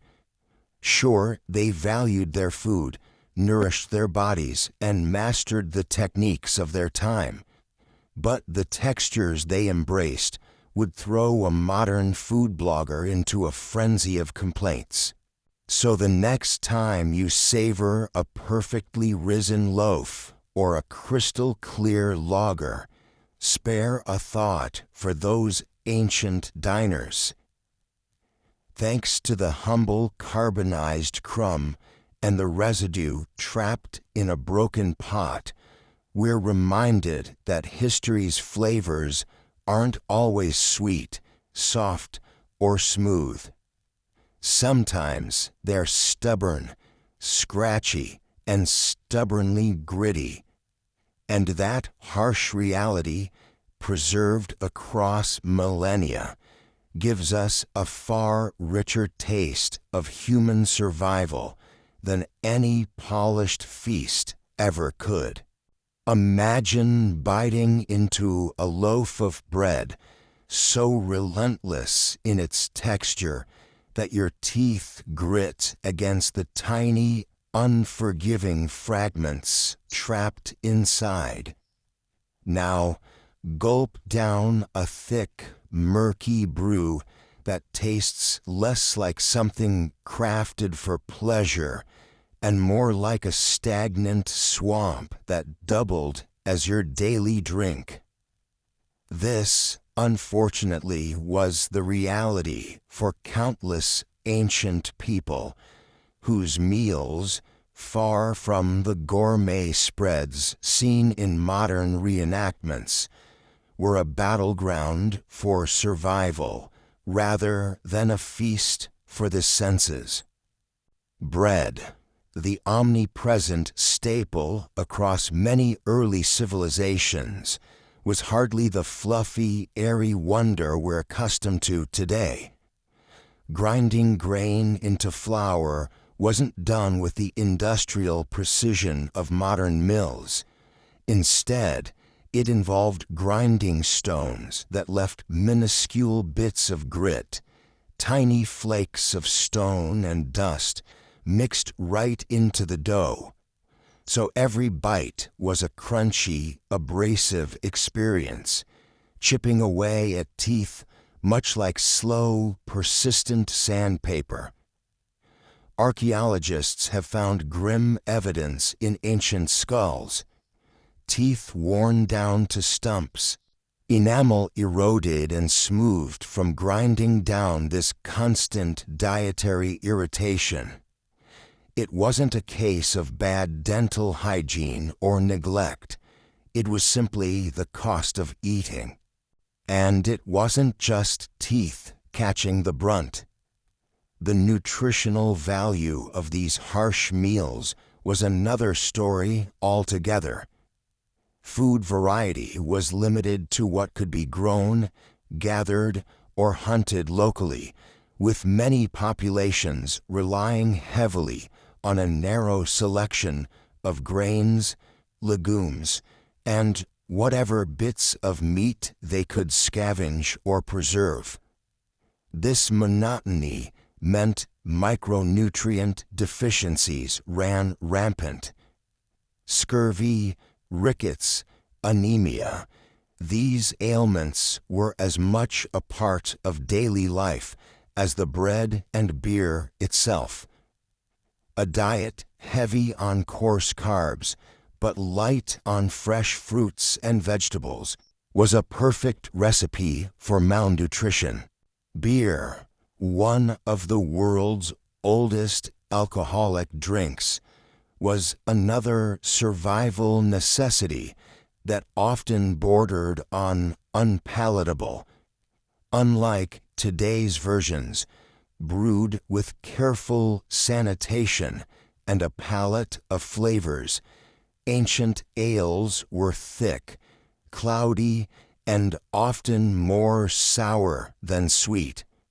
The residue of fermentation created a chunky sediment settled at the bottom of the cup, a sediment that watchers of history can only imagine sipping around while trying to ignore the sour stench.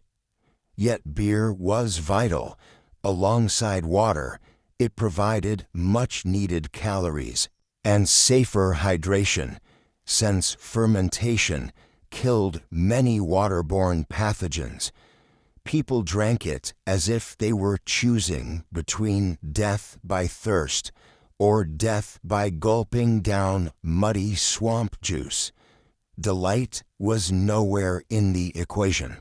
Consider the effects of this gritty diet beyond just the stomach. Chronic malnutrition sapped strength, stunted growth, and left immune systems fragile. Communities often teetered on the edge of health crises, with famine or disease capable of wiping out large swaths of the population. Yet, despite these grim prospects, food remained stubbornly simple and unvaried. There were no Michelin-starred meals or culinary experiments here. Instead, meals were utilitarian, designed to fill bellies in a harsh, unpredictable world. Luxury? That was a concept reserved for the tiny elite, whose feasts were exceptions, rare and laden with spices and delicacies. Dental anthropology opens a vivid window into just how relentless this dietary harshness was. Enamel chips, teeth worn flat, and even abscesses tell a story of constant wear and tear. Some skeletons show evidence of people surviving well past middle age despite their battered mouths, which suggests an indomitable human spirit willing to endure daily discomfort for the sake of survival. It's almost heroic in a grim, gritty way. But what about flavor? If these meals were so nasty, did anyone care? For most, there wasn't much choice. Enjoyment took a back seat to nutrition, and survival overshadowed refinement. After a long day of labor or hunting, the thought of a tasty meal was probably overshadowed by just filling the stomach before the darkness of night. The idea of savoring food, adding herbs or spices for enjoyment, was generally a luxury that couldn't compete with the pressing need to consume something, anything that would provide energy. Even honey, a rare sweetener, was scarce for the masses. Where fruits and vegetables were seasonal or geographically limited, people had little chance to balance sour and bitter flavors with sweet or aromatic ones. This created a palate defined by necessity, rugged and unforgiving, much like the world they inhabited. It's a far cry from today's kitchens, where flavor bombs launch from every dish, where textures are artfully balanced and scents tease the senses before a single bite. In this way, eating became a gritty, monotonous grind of resilient consumption rather than a celebration of taste. The demands of life, fighting off starvation, resisting illness, staying strong enough to defend one's home, made culinary delicacy an afterthought, if present at all. It's a humbling reminder that, for much of human history, appetite was subordinate to endurance, and that the flavor of survival was often bitter, rough, and far from appetizing. So next time you pop a soft slice of bread into your mouth, or sip a well-chilled, crisp beer, spare a thought for the ancient eaters who chewed their way through grains mixed with stone dust and swallowed brews thick enough to hold a spoon. Their meals were unappetizing realities, forged in a world where the luxury of taste was secondary to an even greater feast, simply making it through another day. Imagine being handed a slab of bread that feels like sandpaper on your teeth, paired with a mug of beer so thick and gritty it clogs your throat like a slurry of mud and grain husks. Sounds more like a medieval dare than a feast, right? Yet this was not just the daily grind for ancient peoples.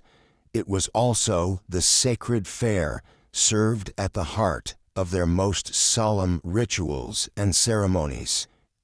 Far from the delicate, polished foods we associate with special occasions today, their holy meal was unapologetically coarse, earthy, and, frankly, kind of revolting to modern sensibilities. But therein lies a fascinating truth. The unrefined, tough textures of their bread and beer were no accident. They were deliberate, laden with meaning and symbolism, binding the spiritual to the physical in ways that resonate even now. Across ancient civilizations, food was never just sustenance. It was a language, a coded message whispered through grain and fermentation. The gritty bread, often dense and heavy, wasn't just fuel. It was a metaphor. Made from whole, unprocessed grains, its roughness symbolized creation itself. Think about it. Grains, tiny capsules of life packed with promise, crushed beneath millstones into their coarse flour, then baked into a solid loaf that must be worked and broken apart to be consumed. This was no delicate puff. Gnawing on it was a physical reminder of endurance, the effort that goes into sustaining life, and the gritty progression from seed to sustenance. It was tactile proof that survival is messy, rough, and requires resilience. This was especially potent in fertility rituals. Fertility isn't just about abundance and ease. It's about raw potential, struggle, and transformation. The bread's gritty texture mirrored the granularity of soil, the rough beds where seeds get planted, pushed down, sometimes broken, but never defeated. Eating such bread wasn't meant to be comfortable or even palatable. It was a communion with the earth's own grit and struggle, a tactile blessing of growth and life cycles. The rough crumbs stuck stubbornly to teeth and tongue alike, insisting on a full sensory allowance of nature's uncompromising authenticity. And then there was beer. Not the bubbly, crystal-clear brew we sip today, but a chunky, opaque, gritty concoction that, to modern palates, can taste like fermented oatmeal gone wrong. Overflowing with suspended grain particles, and often brewed in earthenware pots, this ancient beer was more of a porridge or a nourishing slop than a refreshing drink. But that thick texture was sacred too. The cloudy, unfiltered brew symbolized fertility in fluid form, the bubbling, living essence of transformation and renewal. It was a kind of earthly elixir, embodying the life-giving power of water mixed with the fruit of the fields. In rituals, these beverages were not just consumed, but revered, as embodying the spirit of endurance, both human and divine. They reflected the often harsh realities of ancient life, where sweetness and refinement were luxuries, not everyday truths. The beer's muddiness was a reminder that life flows imperfectly, laden with sediment and impurities, yet still nourishing and vital. It was a potent symbol of mankind's ongoing dance with the cycles of nature, with fermentation acting as a kind of sacred alchemy, turning base grains into something transformative, if still undeniably gritty. Consider the way these foods were presented in ceremonies. Shrines and altars cluttered with offerings of chunky, dense bread, sometimes molded into symbolic shapes, alongside thick mugs or bowls of this murky beer. Priests and worshippers partaking in these meals understood that the unappetizing nature of their fare wasn't a flaw or an oversight, it was a feature. The very coarseness was the point. It grounded lofty spiritual ideals in something tangible, something you could bite into and feel resist. It demanded not only faith, but physical, maybe even a little masochistic commitment. This isn't to romanticize the ancient palate. Let's be honest, chewing gritty bread that's fuller of bran than crumb, washed down with slug-like swigs of chunky beer, wouldn't win any culinary awards today, nor was it meant to. The roughness was a religious statement, imposed upon the diner as much as offered. It was a sensory reminder of mortality, the land's fertility, and the perseverance needed to endure both. If modern ceremonies often feature impeccably presented, easy-to-eat foods that please every sense, these ancient feasts dared to be different, unpolished, unvarnished, and uncompromising. Moreover, these tastes and textures reinforced social and cosmic orders, just as the grain had to be broken down to become bread, and the mash transformed into beer. So too did participants in the rituals engage in an act of transformation, breaking down egos, suspending daily concerns, and partaking in a shared human condition marked by struggle and hope. The gritty food was a metaphor made manifest, a reminder that the sacred is not always sweet or pretty, but often rough, demanding, and profoundly real. In some cultures, like ancient Mesopotamia or Egypt, the grain used was deliberately left unrefined for sacred loaves, emphasizing the natural, unprocessed state as a symbol of purity and connection to the earth and gods alike. The brewing process retained much of the original grain solids, making beer less a beverage and more a ritual mud of life and death, decay and renewal. Even the residue, the sediment settling at the bottom of ritual vessels, was considered potent, a physical embodiment of blessings or divine presence. And let's not forget the communal aspect. Sharing this gritty bread and chunky beer wasn't a casual snack, but a binding act, reinforcing relationships between individuals, families, and entire communities. Eating together, swallowing down the discomfort, was a shared endurance test and a mutual acknowledgement that fertility, creation, and survival all come at a price, sometimes a truly unappetizing one. So next time you complain about your artisanal sourdough or complain that your craft beer isn't smooth enough, consider the ancient banquet, where the sacred meal was less a feast of flavors and more a tactile, almost defiant celebration of life's raw, unfiltered essence. It was gritty, chunky, and difficult to swallow, much like the unpredictable and often harsh world it sought to honor and appease. And in that there was a powerful, almost stubborn beauty.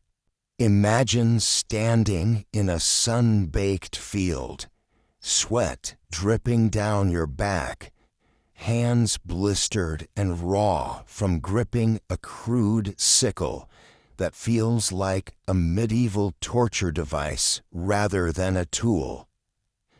This was the daily reality for anyone brave enough or unfortunate enough to harvest grain in the ancient world.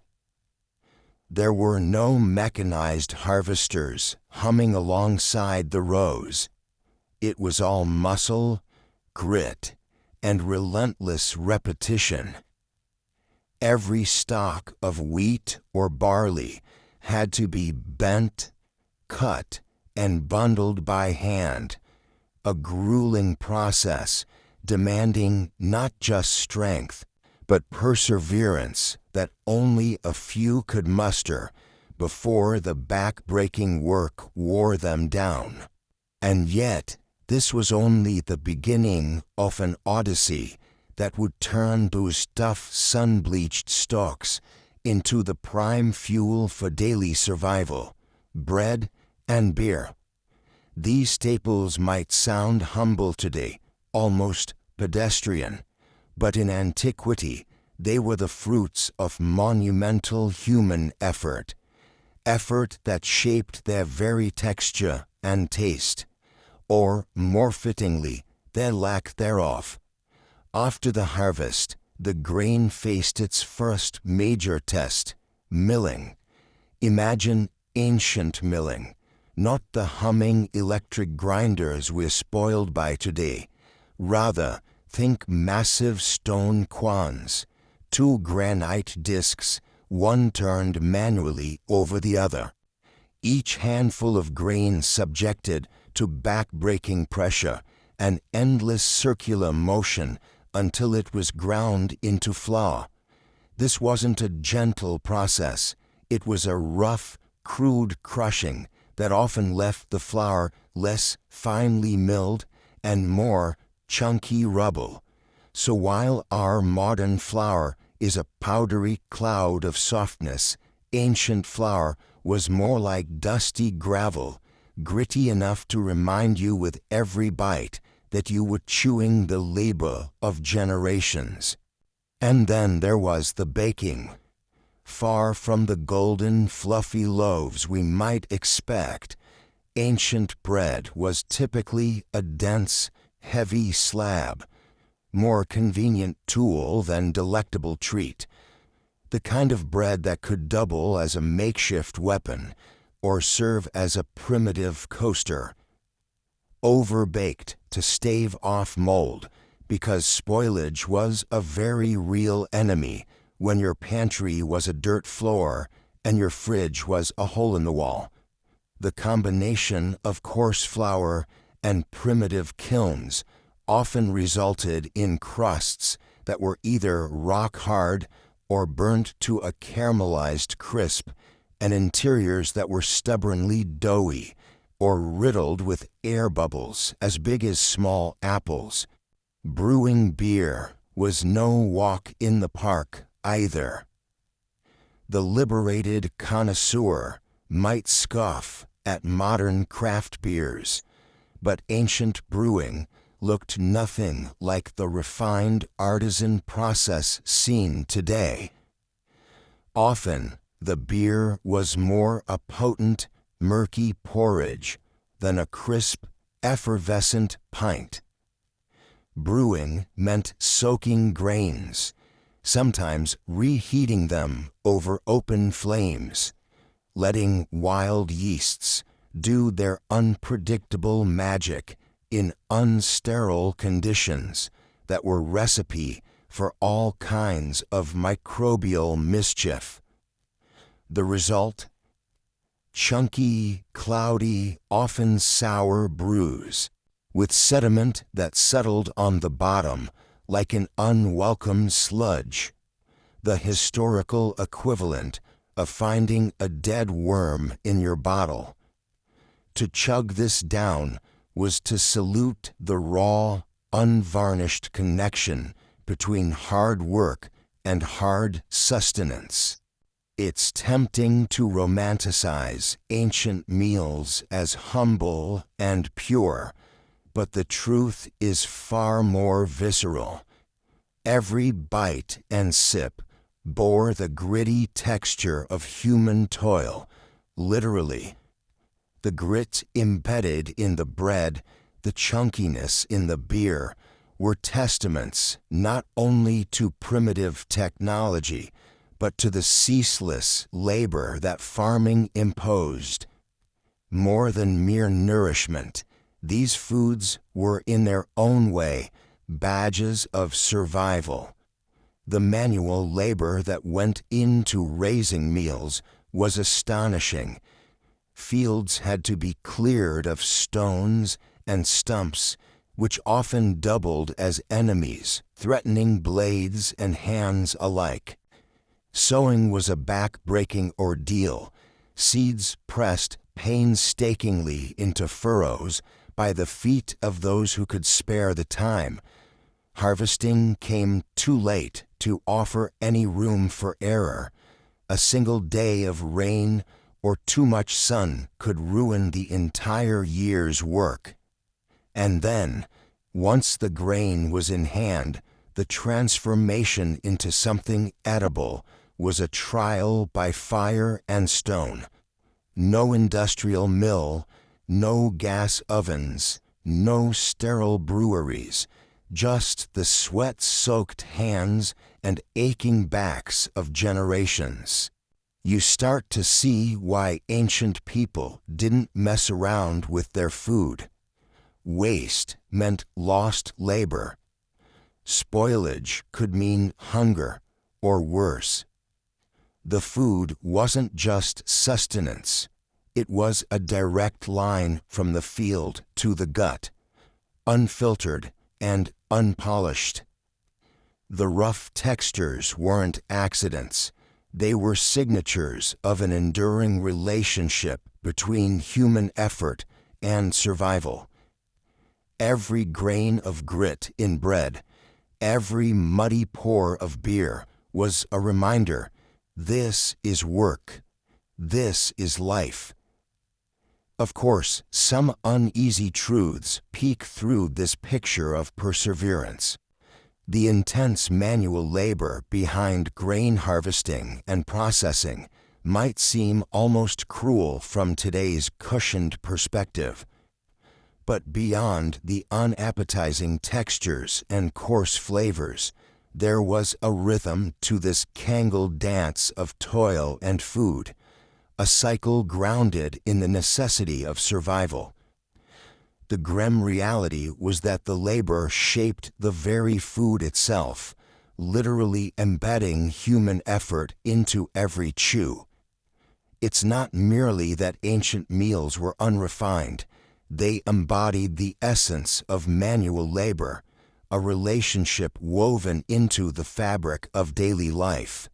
Next time you tear into a soft sandwich or sip a frothy beer, take a moment to appreciate how far we've come from those early days of dusty mills and rough-baked bread, and also perhaps offer a silent, grimace-filled nod to the countless hands that once wrestled with the endless demands of grain and fire, turning the raw bounty of the earth into the messy, gritty sustenance that carried civilizations forward.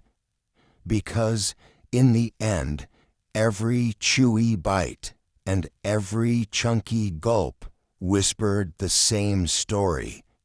Nothing comes easy, especially not food. Imagine biting into a loaf that's less fluffy pillow and more like a sandy brick, dense enough to knock out a horse, yet still somehow your daily bread. Alongside that, picture gulping down a beer so murky, chunky, and sour that it could double as a science experiment gone wrong. For millennia, this was the rough culinary reality for most people, from the grandest cities to the humblest villages. But somewhere deep in that gritty, cloudy mess lay the seeds of change, tiny technological sparks and evolving tastes that, over centuries, nudged humanity toward bread that didn't scrabble at your gums, and beer you could actually see through without a magnifying glass. The story of refinement in bread and beer is a tale of slow, uneven progress.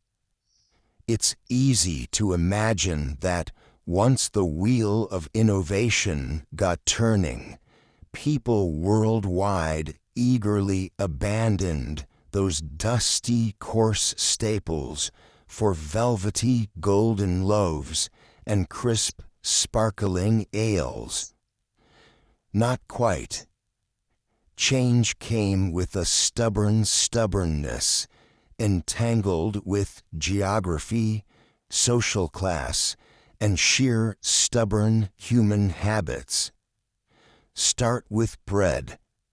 Early breads were often little more than coarse cakes of ground grain mixed with water, sometimes roasted on hot stones or buried in ashes. The grinding process left a hefty inclusion of bran, husks, and unpalatable grit.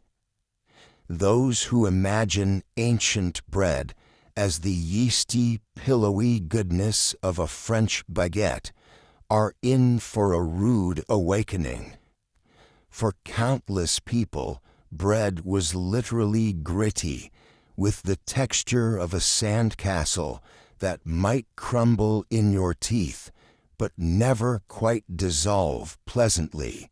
The technology that unlocked finer flours, improved grinding stones, eventually water and windmills, didn't appear overnight, nor did it spread evenly.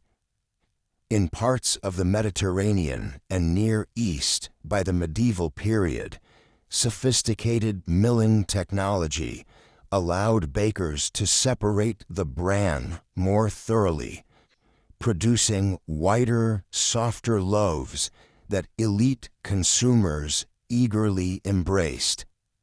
This represented not just a technological leap, but a social signal. Whiter bread became a symbol of status, purity, and culinary sophistication. Yet, outside of wealthy urban centers, the old ways clung fiercely. Rural populations, often lacking access to advanced mills or simply unwilling to pay for finer flour, continued to rely on coarse, low-extraction bread. After all, gritty grain kept you full longer. Its fiber content, unwelcome to the medieval palate of courtly kitchens, was a boon for the peasantry's long, laborious days. Sophistication in bread was entwined with economics, like choosing between an artisanal espresso and instant coffee today. Beer followed a similarly tangled path, although its muddiness was not just a matter of pride or status, but a biochemical inevitability of ancient brewing processes. Early beers, think Mesopotamian-era brews or medieval ales, were cloudy, unfiltered, thick with suspended solids, and often chunky because of bits of grain floating about. These brews were more like edible porridge than the crisp lagers many modern drinkers expect. Post-brew, the beer might even contain live fermentation yeasts, making it an ever-changing, mildly unpredictable beverage. The process of refining beer began with better malting techniques, clearer filtration methods, and the slow adoption of hops, which improved both flavor and shelf life. By the late medieval and early modern periods, notable brewing centers, such as parts of Germany and the Low Countries, were pioneering clearer, more palatable beers. Their methods spread thanks to trade, migration, and the gradual professionalization of brewing guilds. Like bread, beer was as much a cultural artifact as a beverage, entangled with class and locale. Still, much of Europe, and certainly many parts of the world beyond it, continued downing the chunky, gritty versions for centuries. Lagers crystal clear enough to see your reflection in? Not yet. Chunky beer remained the everyman's drink, with its textures and tangs as familiar as the rough work of daily life.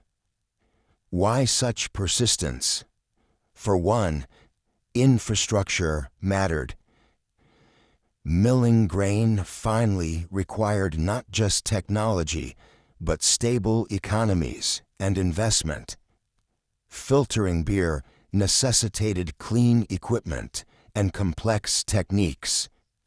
Trade routes carried new ideas and materials to urban centers, but often failed to reach remote villages or regions facing political turmoil. Consumer taste also evolved slowly and unpredictably. What one social class rejects as primitive can be a cherished tradition for another. The visual and tactile cues that make food and drink refined are cultural codes, not just chemical facts. To the medieval peasant, a hearty, greedy bread was more nourishing and trustworthy than a fragile white loaf fit for banquets but liable to spoil. Similarly, the cloudy beer that looked like it might expire before you finished the mug was also often safer than stagnant water. This patchwork of slow refinement means that, even as the Renaissance brought about a noticeable rise in culinary sophistication for the elite, the majority of people worldwide still embraced their basic staples, much as their ancestors did centuries or millennia before. Gritty bread and chunky beer weren't just last resort foods. They were foundational elements of survival, identity, and tradition. And then there was the fascinating irony. As these staples became more refined in some regions, they often became less universally satisfying. The finely milled white bread cherished by European nobles might lack the nutrient-dense husks so vital to peasant diets. The clearer, lighter beers prized in brewing hubs often sacrificed some of the robust flavors and caloric heft that chunkier brews provided. The slow march toward refinement also marks a broader theme in food history: the dance between technological possibility, economic reality, and cultural preference. It wasn't just about achieving purity or clarity. It was about who could afford it, who wanted it, and who was savvy enough to trade or adopt the new methods. This interplay kept many regions tethered to their gritty culinary roots long after their neighbors had polished away the rough edges. So next time your modern sandwich seems mundane or your pint perfectly clear and cold, spare a thought for those ancestors gnawing on bands of grainy, dense bread while washing it down with cloudy, chunky beer. Far from mere survival fare, these sustenance staples tell stories of incremental triumphs, stubborn traditions, and the messy, grainy texture of history itself. Imagine biting into a crust hard enough to crack a tooth and washing it down with a goblet of sour beer that tastes like it spent a week fermenting in a forgotten corner of your cellar. Sounds like a medieval diet nightmare, right? But here's the kicker. That grim combo was everyday fare for a huge chunk of ancient humanity, long before the refined bakeries and craft breweries we associate with comfort today. Contrary to the romanticized notion of ancient meals, warm, wholesome, and lovingly prepared, the truth is sometimes more stomach-churning than satisfying. Those simple staples of old weren't culinary delights. They were survival tools. When pleasure took a back seat, the body's demands for calories and nutrition steered tables into territory that modern palates would almost certainly reject. Hunger and necessity sculpted edible reality in a way that rarely left room for flavor. Take bread, for example. When we think of bread today, we imagine soft, airy slices with a golden crust, or maybe a warm, yeasty aroma that invites us in. But the loaves people munched on thousands of years ago were often nothing like this. Often ground on a stone by hand, the grain hardly found its way to a fine flour, but remained coarse and full of bran, and this made the texture more akin to sandpaper than a baguette. These early breads were dense, tough, and sometimes riddled with bits of cracked grains or bits of stone from the grinding tools. Freshness was fleeting at best, and staleness set in fast, making the crust hard enough to double as a knuckle protector. It wasn't just the physical challenge of consuming this bread. The taste itself was, well, complicated, if you're feeling polite. Often bitter, sometimes smoky, and almost always bland. These breads demanded a hefty dose of imagination or desperation to enjoy. No silky butter or honey drizzle here. In many cases, the bread's primary purpose was simply fuel, something to fill aching stomachs rather than please taste buds. And then there's the beer. Forget smooth, balanced lagers or hoppy IPAs with citrus punch. Ancient beer was a different beast entirely. Brewing technology was rudimentary, relying on wild yeast trapped in the air, spontaneous fermentation, and minimal control over hygiene. The resulting brew was typically cloudy, sour, and chunky, sometimes literally containing bits of grain or leftover mash floating in the cup. Stone Age beers leaned heavily on local grains, like barley or millet, and absent refined filtration, the drink's consistency was closer to a gritty porridge than the crisp liquid you'd expect in a modern pint glass. This wasn't a beverage designed for delicate enjoyment. It was calorie-rich, yes, but also a bit of a gamble with each gulp. Could your stomach handle the occasional rough textures and tangy aftertaste? Sometimes beer doubled as a nutritional supplement, nearly as valuable as bread itself for the energy boost it provided to toiling workers or farmers, especially in hotter, less predictable climates. The alcohol content was often low, more about preservation and slow fermentation than creating a party-ready kick. Smell played a part too.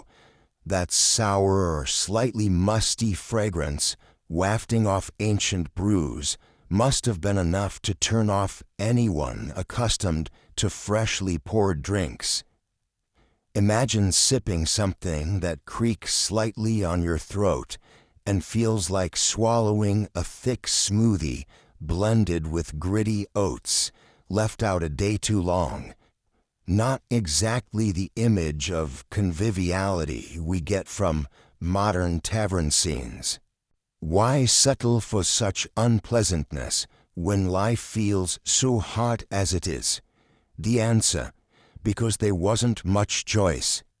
Ancient foodways revolved around what was available and what would last. Without refrigeration, preservatives, or even clean water in many cases, the pragmatic side of survival ruled over the gustatory pleasures. Tough grains that survived droughts, robust cereals that didn't spoil quickly, and fermentation methods that prevented total spoilage, even if they sacrificed taste, were the norms. People learned that grinding grain just fine enough to bake soft bread was an immense labor investment. Flour mills didn't exist. Mortars and stone slabs demanded hours of grinding to make even a handful of fine flour, and for many, such luxury was a gulf away. Instead, coarser meals filled stomachs faster and with much less effort.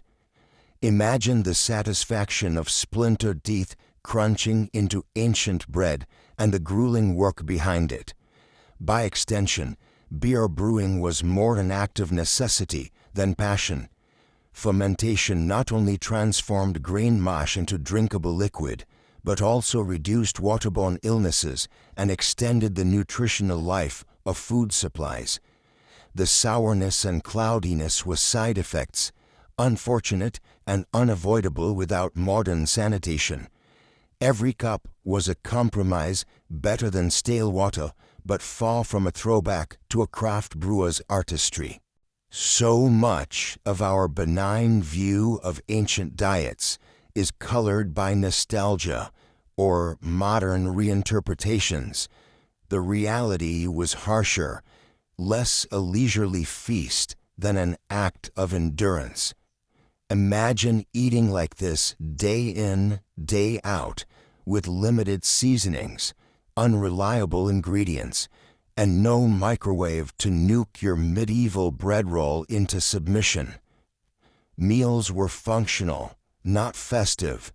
They put food on the table rather than celebrate food on the table. And while it's tempting to picture ancient people as perpetually grateful for whatever scraps passed their lips, the evidence suggests otherwise. Archaeological records hint at nutrient deficiencies, constant hunger pangs, and a weariness with the monotony of their diets. Scholars talk about food stress, and it's not hard to see why. Digesting hard grains bereft of pleasant flavor and washing them down with sour, chunky beer was, for many, just part of getting through the day. In short, ancient meals weren't simmering pots of comfort. They were gritty, tough, and often downright unpleasant. The simple life wasn't simple in the way we wish.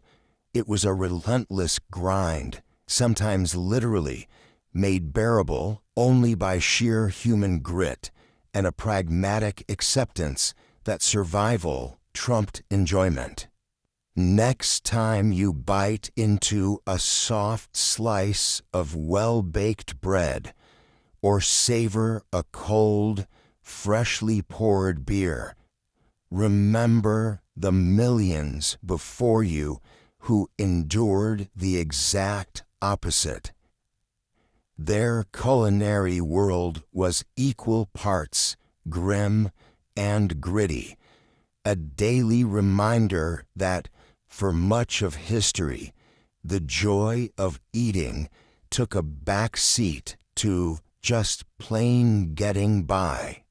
Imagine biting into a loaf that is more rock than bread, its dense, grainy texture dragging across your teeth like sandpaper eaten too enthusiastically. Now, imagine washing that down with a mug of ale that's not the smooth amber nectar of a craft brewery, but a murky, chunky brew that tastes like it was filtered through a swamp.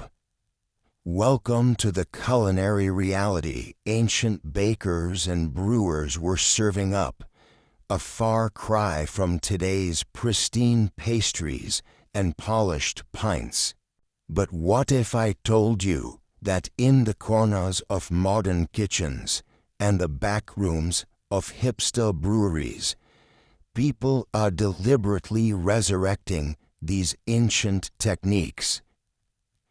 Yes, there's a growing tribe of bakers and brewers who are embracing wild yeast starters, whole grains, and rustic, rough-hewn textures, just because they want to reconnect with the gritty flavors of the past. It's a fascinating blend of obsession and curiosity, an edible time machine powered by fermenting flour and bubbling barley. Let's start with the bread. Forget that soft, fluffy white brick you find mass-produced on supermarket shelves, often fortified with mysterious chemicals and bleached until it's nearly fluorescent. Ancient bread was nothing like that. Back then, grains were stone ground, meaning the bran, germ, and endosperm were all chopped and smashed together in ways that left huge, uneven fragments. The result? A loaf so dense, so hearty, it felt more like eating a slab of grain-studded concrete than the pillow-soft loaves we relished as kids. Today's bakers who take on this challenge dive headfirst into ancestral grain varieties, spelt, emmer, einkorn, all hulking, hardy cousins to the wheat we know. The flour keeps its full bran and germ because back then nobody had the luxury of sifting these out to create fine white flour. The presence of bran particles means the dough is tougher, less elastic, harder to coax into a perfect rise. The crust is often charred to near carbonization just to keep the interior moist, and these loaves can survive for days, even weeks, without going completely stale. Think of it as survival bread, not party bread. Wild yeast starters complete the picture. In a world without sanitized labs or packaged yeast packets, fermentation wasn't a controlled process, but a teasing, touchy magic act. Wild yeasts clung to the grain and the flour from the environment, bringing a tangy sourness and unpredictable rise. Modern bakers cultivate these cultures meticulously, feeding their starters like pets with water and flour, coaxing out bacteria and yeasts that punch holes in the dough and supply it with those signature tangy notes and rustic bubbles. This isn't your grandma's sandwich bread. It's living, breathing old world. Brewing follows a similar revivalist story.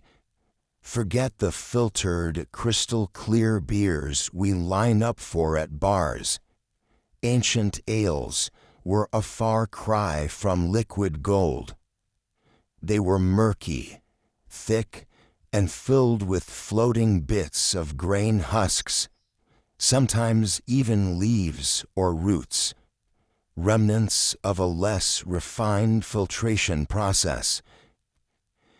The wild yeasts and bacteria didn't just ferment sugars, but contributed layers of funk and sourness that modern palates might balk at. Experimenting brewers are going wild, literally, with wild yeast strains and traditional mashing techniques. They reject the sterile, carefully controlled industrial processes in favor of leaving their brews open to natural inoculation. Yes, opening the windows and doors to invitational airborne yeasts and bacteria. The result? beers that are tart, funky, and unpredictably complex, much like the sourdough bread counterpart. Imagine a pint that tastes less like a clean, crisp Pilsner and more like a farmyard after a rainstorm, earthy, robust, and just a bit challenging. These revivals aren't just culinary experiments. They're sensory archaeology.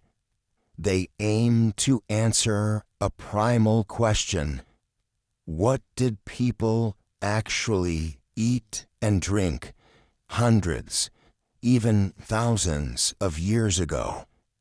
What flavors danced on their tongues during daily meals, not just fancy feasts? The answer, it turns out, is a stark, uncompromising diet where delight was rare and sustenance was king.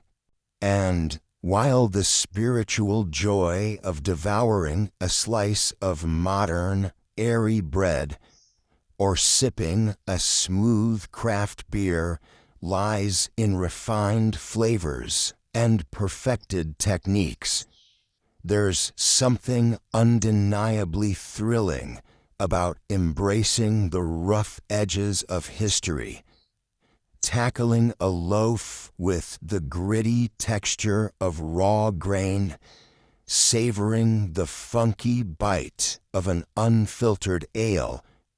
You're not just experiencing food, you're tasting time itself.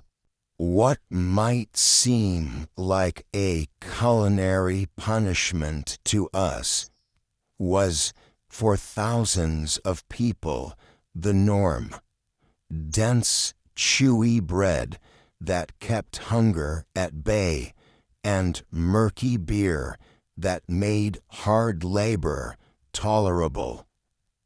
These modern recreations demand patience, an acquired taste, and sometimes, let's be honest, a stout constitution.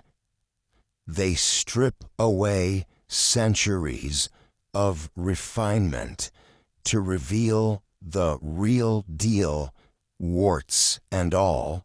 So next time you bite into that resilient, slightly sour slice of ancient-style bread, or raise a glass of cloudy, tangy beer brewed with wild, untamed yeasts, remember, you're joining a line of diners stretching back through the dusty corridors of history, tasting not just food, but the very grit and grind of ancient daily life.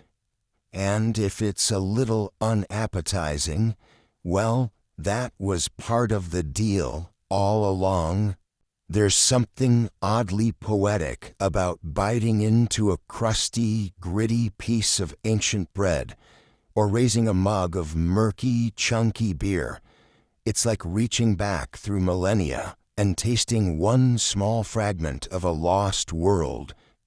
But don't let the notion of food conjure comforting images of golden loaves or perfectly chilled lagers. No, the reality for our ancestors was far harsher, far less digestible, and infinitely more revealing.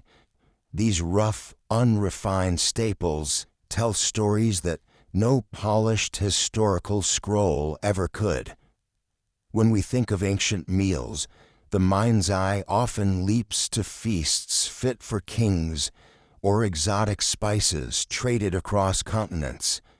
The reality on the ground, well, the kitchen floor, was a universe away from such fantasies. Imagine biting into crusty bread that doesn't just crunch, but actively scrapes the inside of your mouth with the abrasive texture of stone-ground meal mixed with every contaminant imaginable.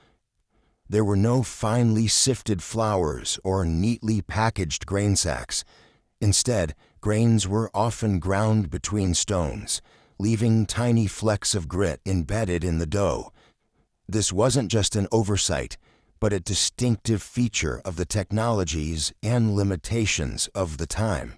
Surprisingly, what might strike us as culinary failure is actually a window into human adaptability and cultural identity. That grain, that rough bread, tells us more about societal priorities and technological know-how than 1,000 texts.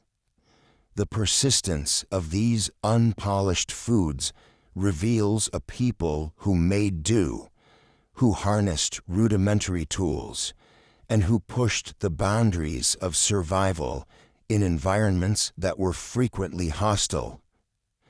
The stuck grains of sand mixed into meals. They're not just dirt, they're evidence of the close relationship between environment and sustenance, of grinding tools that lacked the luxury of refinement, and sometimes of a desperate, pragmatic hunger that outweighed discomfort. Beer, too, was a decidedly unfiltered experience. Far from the amber perfection lining our supermarket shelves, ancient brews would be coarse, chunky, with floating residue of smashed grains and yeast bits, all swimming in cloudy liquid that might have tasted more like a science experiment gone wrong than a refined beverage. Some early breweries resembled communal workshops more than commercial enterprises, where the line between innovation and inedibility was thin. Yet these humble brews were central social lubricants, agents of community bonding, celebration, and rituals.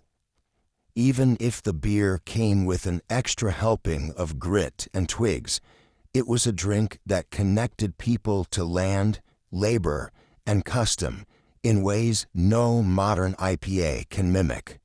Looking beyond mere consumption, these gritty foods presented an embodied narrative. They were tactile links to ancestors, lived experiences compressed into texture and taste. In chewing that dense bread or swallowing that cloudy ale, one participates in a form of time travel. It's a sensory thread stretching back to hands that painstakingly harvested grain, to women who guarded the family's ration, to farmers battling drought or pests, to communities surviving crises and celebrating harvests. In these meals, identity is baked and brewed. They anchor us to histories that are otherwise intangible, storied lines of resilience, resourcefulness, and even stubbornness. Food might seem like a mundane part of daily life, but it's a storytelling tool of immense power. Take that gritty bread. It shouts of the labor-intensive grinding methods, of limitations in agricultural yield, and of social hierarchies dictating who received the purest or most palatable grain. Sometimes the coarseness wasn't just a technological limitation, but a deliberate choice.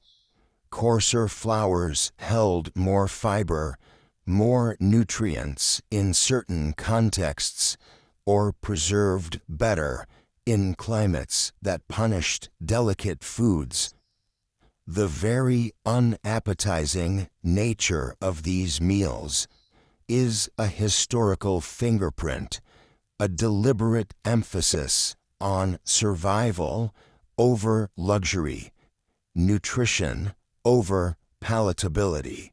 Technological advances, of course, redefined these meals over time, but tracing back the era of gritty bread and chunky beer offers a clear window into human innovation. It exposes the trial and error of early milling techniques, the experimentation with fermentation, the slow accumulation of culinary wisdom embedded in kilns and tools. These foods were a canvas on which early humans painted their stories of adaptation, blending environmental challenges with human ingenuity. Bringing this perspective into the present, it's easy to forget how radically different food production was for our ancestors. Modern palates, spoiled by instant gratification and factory precision, often dismiss these ancient meals as primitive or downright disgusting. But that judgment ignores the landscape of necessity and survival framing these foods. These meals were fuel for hard lives spent outdoors, under uncertain skies, in shifting social and ecological circumstances. The ragged edges, the rough textures, the barely refined grains, they're a testament to stubborn endurance, not culinary failure. In a way, analyzing these gritty, imperfect foods is an act of rediscovery. It's peeling back layers of civilization to glimpse the essence of what it meant to live, to work, to celebrate alongside kin, to push through seasons of plenty and scarcity. These meals were not just sustenance, they were cultural artifacts, a literal embodiment of histories written in grain and yeast. So next time you bite into a fresh white loaf or sip a sleek lager, spare a thought for the coarse bread that scraped the throats of ancient farmers and for the frothy, cloudy beers that forged bonds across generations. There's a raw honesty there, a gritty authenticity that modern cuisine can mask but never erase. Through the lens of these humble foods, we connect with the resourcefulness, the grit, and the unvarnished reality of people who came before us, reminding us that sometimes history is best tasted in its roughest, least appetizing form. Imagine biting into a loaf so coarse it feels like gnawing on a handful of tiny stones. Because in ancient times, that was pretty much dinner. For most of human history, bread was a gritty affair. The simple act of transforming wild grains into something edible was a brutal, labor-intensive process. No fluffy, cloud-like loaves here, just rough, dense slabs, heavy with bits of bran, husk, and whatever impurities the early milling methods didn't manage to shake off. It's tempting to romanticize ancient food as wholesome and pure, but the truth, it was often downright unappetizing. Yet, beneath that rough texture and stale taste lies a story of relentless human ingenuity, a story that mirrors the broader arc of our civilization's progress. How did we end up with the soft, fragrant bread that fills bakery shelves today? The answer starts with the grindstone. Early humans relied on stone querns, basically two circular stones, one on top of the other, to crush grains. Sound easy? Not quite. It took hours of rotating one stone against the other, like a never-ending dance of friction, to produce a coarse meal. The grain was ground together with bits of grit from the stones themselves, turning the flour into a sandy, impure mix. Imagine the inevitable mouthful of tiny pebbles and grit sneaking into every bite. Not very appetizing. But it was better than eating raw grain. This rudimentary method stuck around for thousands of years, unchanged. Grinding was a back-breaking chore, mostly done by women, often while balancing a baby on their hip, because why not multitask extreme physical labor with childcare? Over time, small improvements were made, larger, more efficient querns, and eventually water and wind-powered mills that saved human muscle. This marked a radical turning point. Suddenly, the scale of flour production expanded, but the grain itself was still relatively unmilled by today's standards, meaning it retained all that sandy, fibrous texture. The bread that emerged from these mills was dense, heavy, and honestly a bit of a chore to chew, but it was filling and reliable. A calorie-packed staple to get you through the day, even if it left your teeth feeling like they'd been through a sandblaster. The story of bread evolution is also the story of societal change. As communities grew larger and more complex, so did their food needs. Feeding armies, workers, and growing urban populations meant that producing food efficiently became a matter of survival and even power.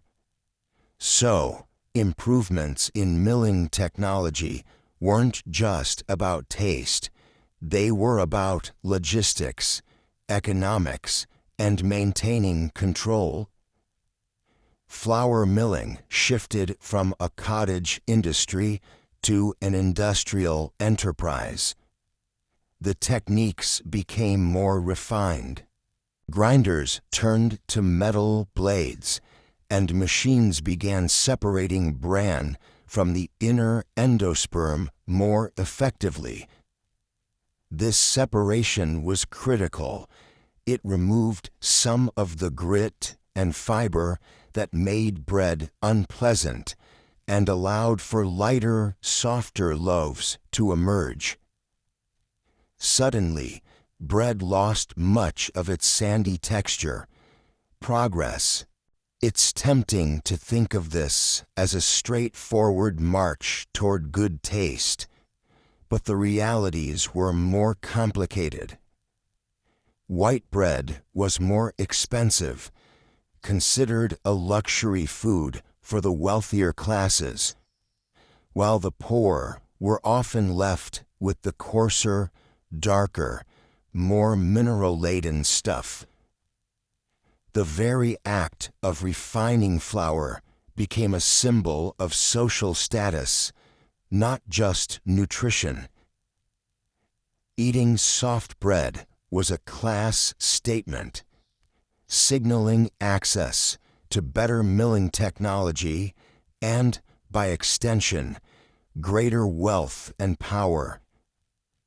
In this way, the evolution of bread also offers a window into the stratification of societies and the interplay between food and social identity.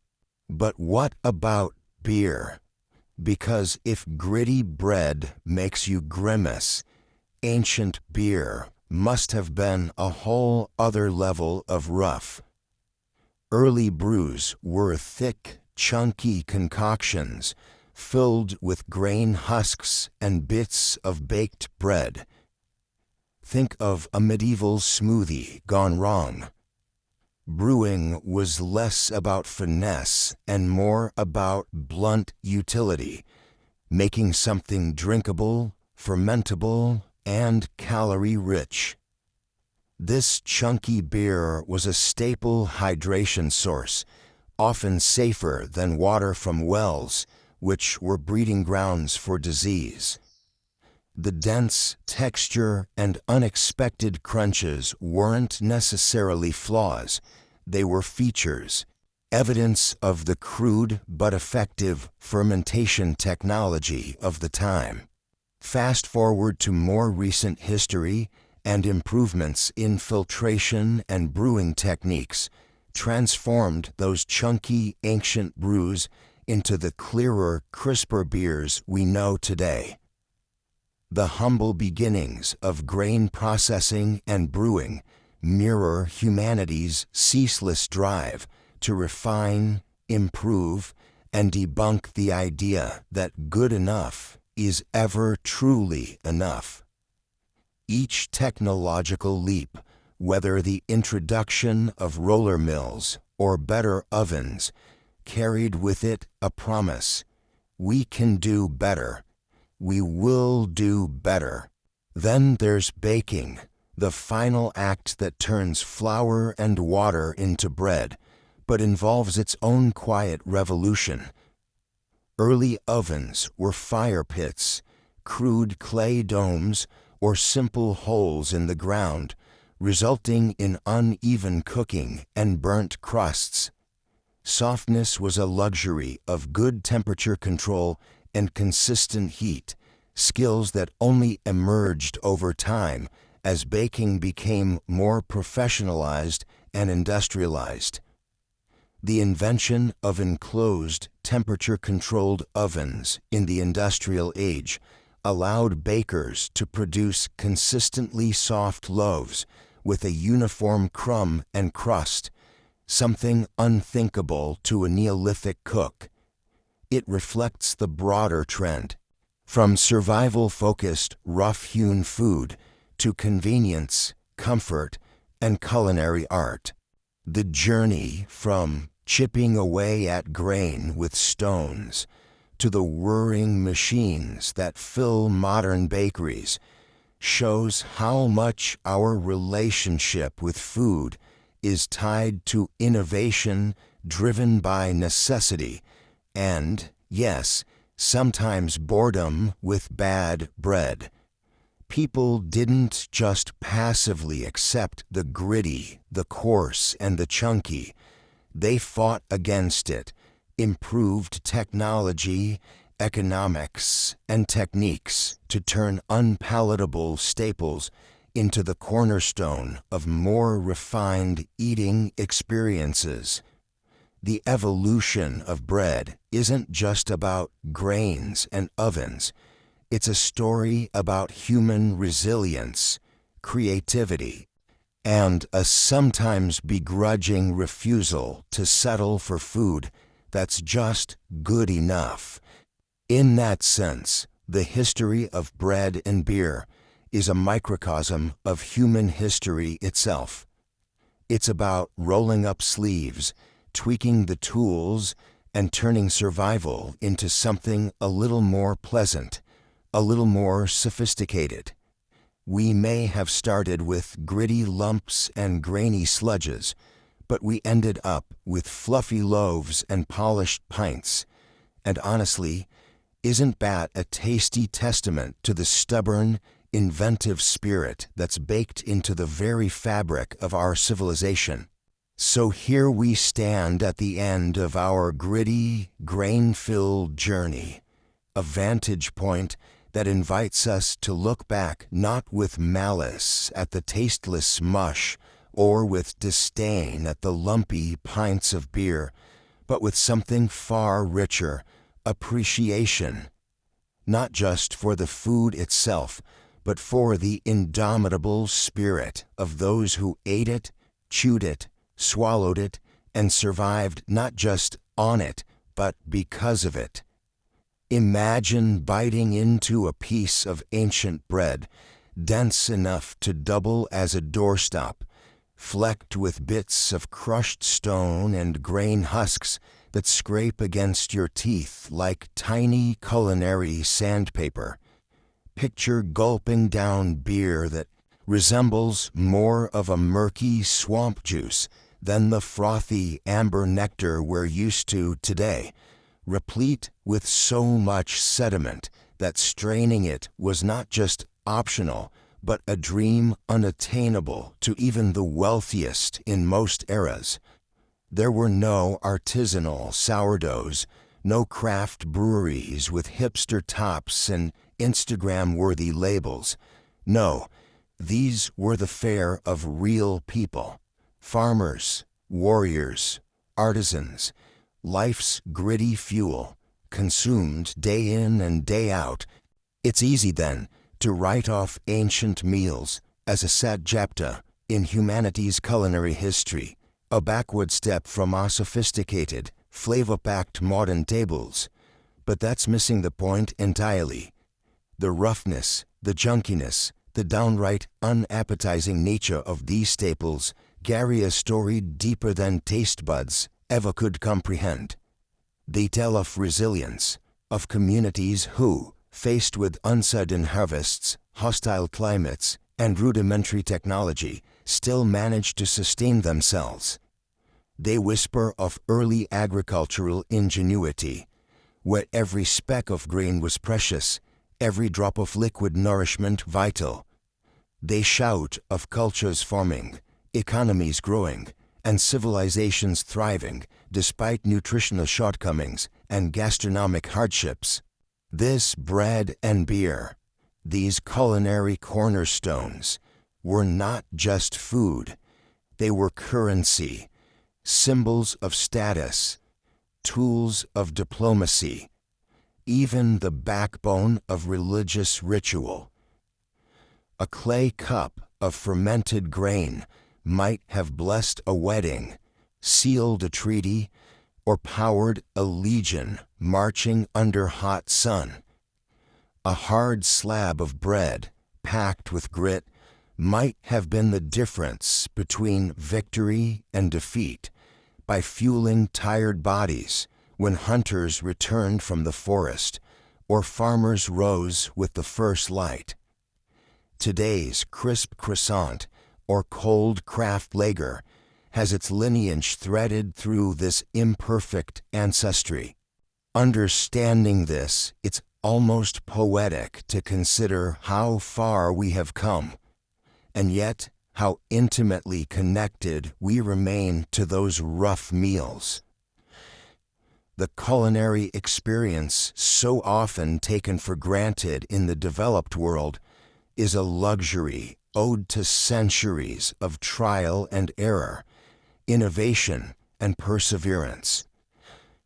Every buttery pastry, every perfectly brewed IPA stands on the shoulders of hundreds of generations who accepted whatever edible scraps the earth begrudgingly offered.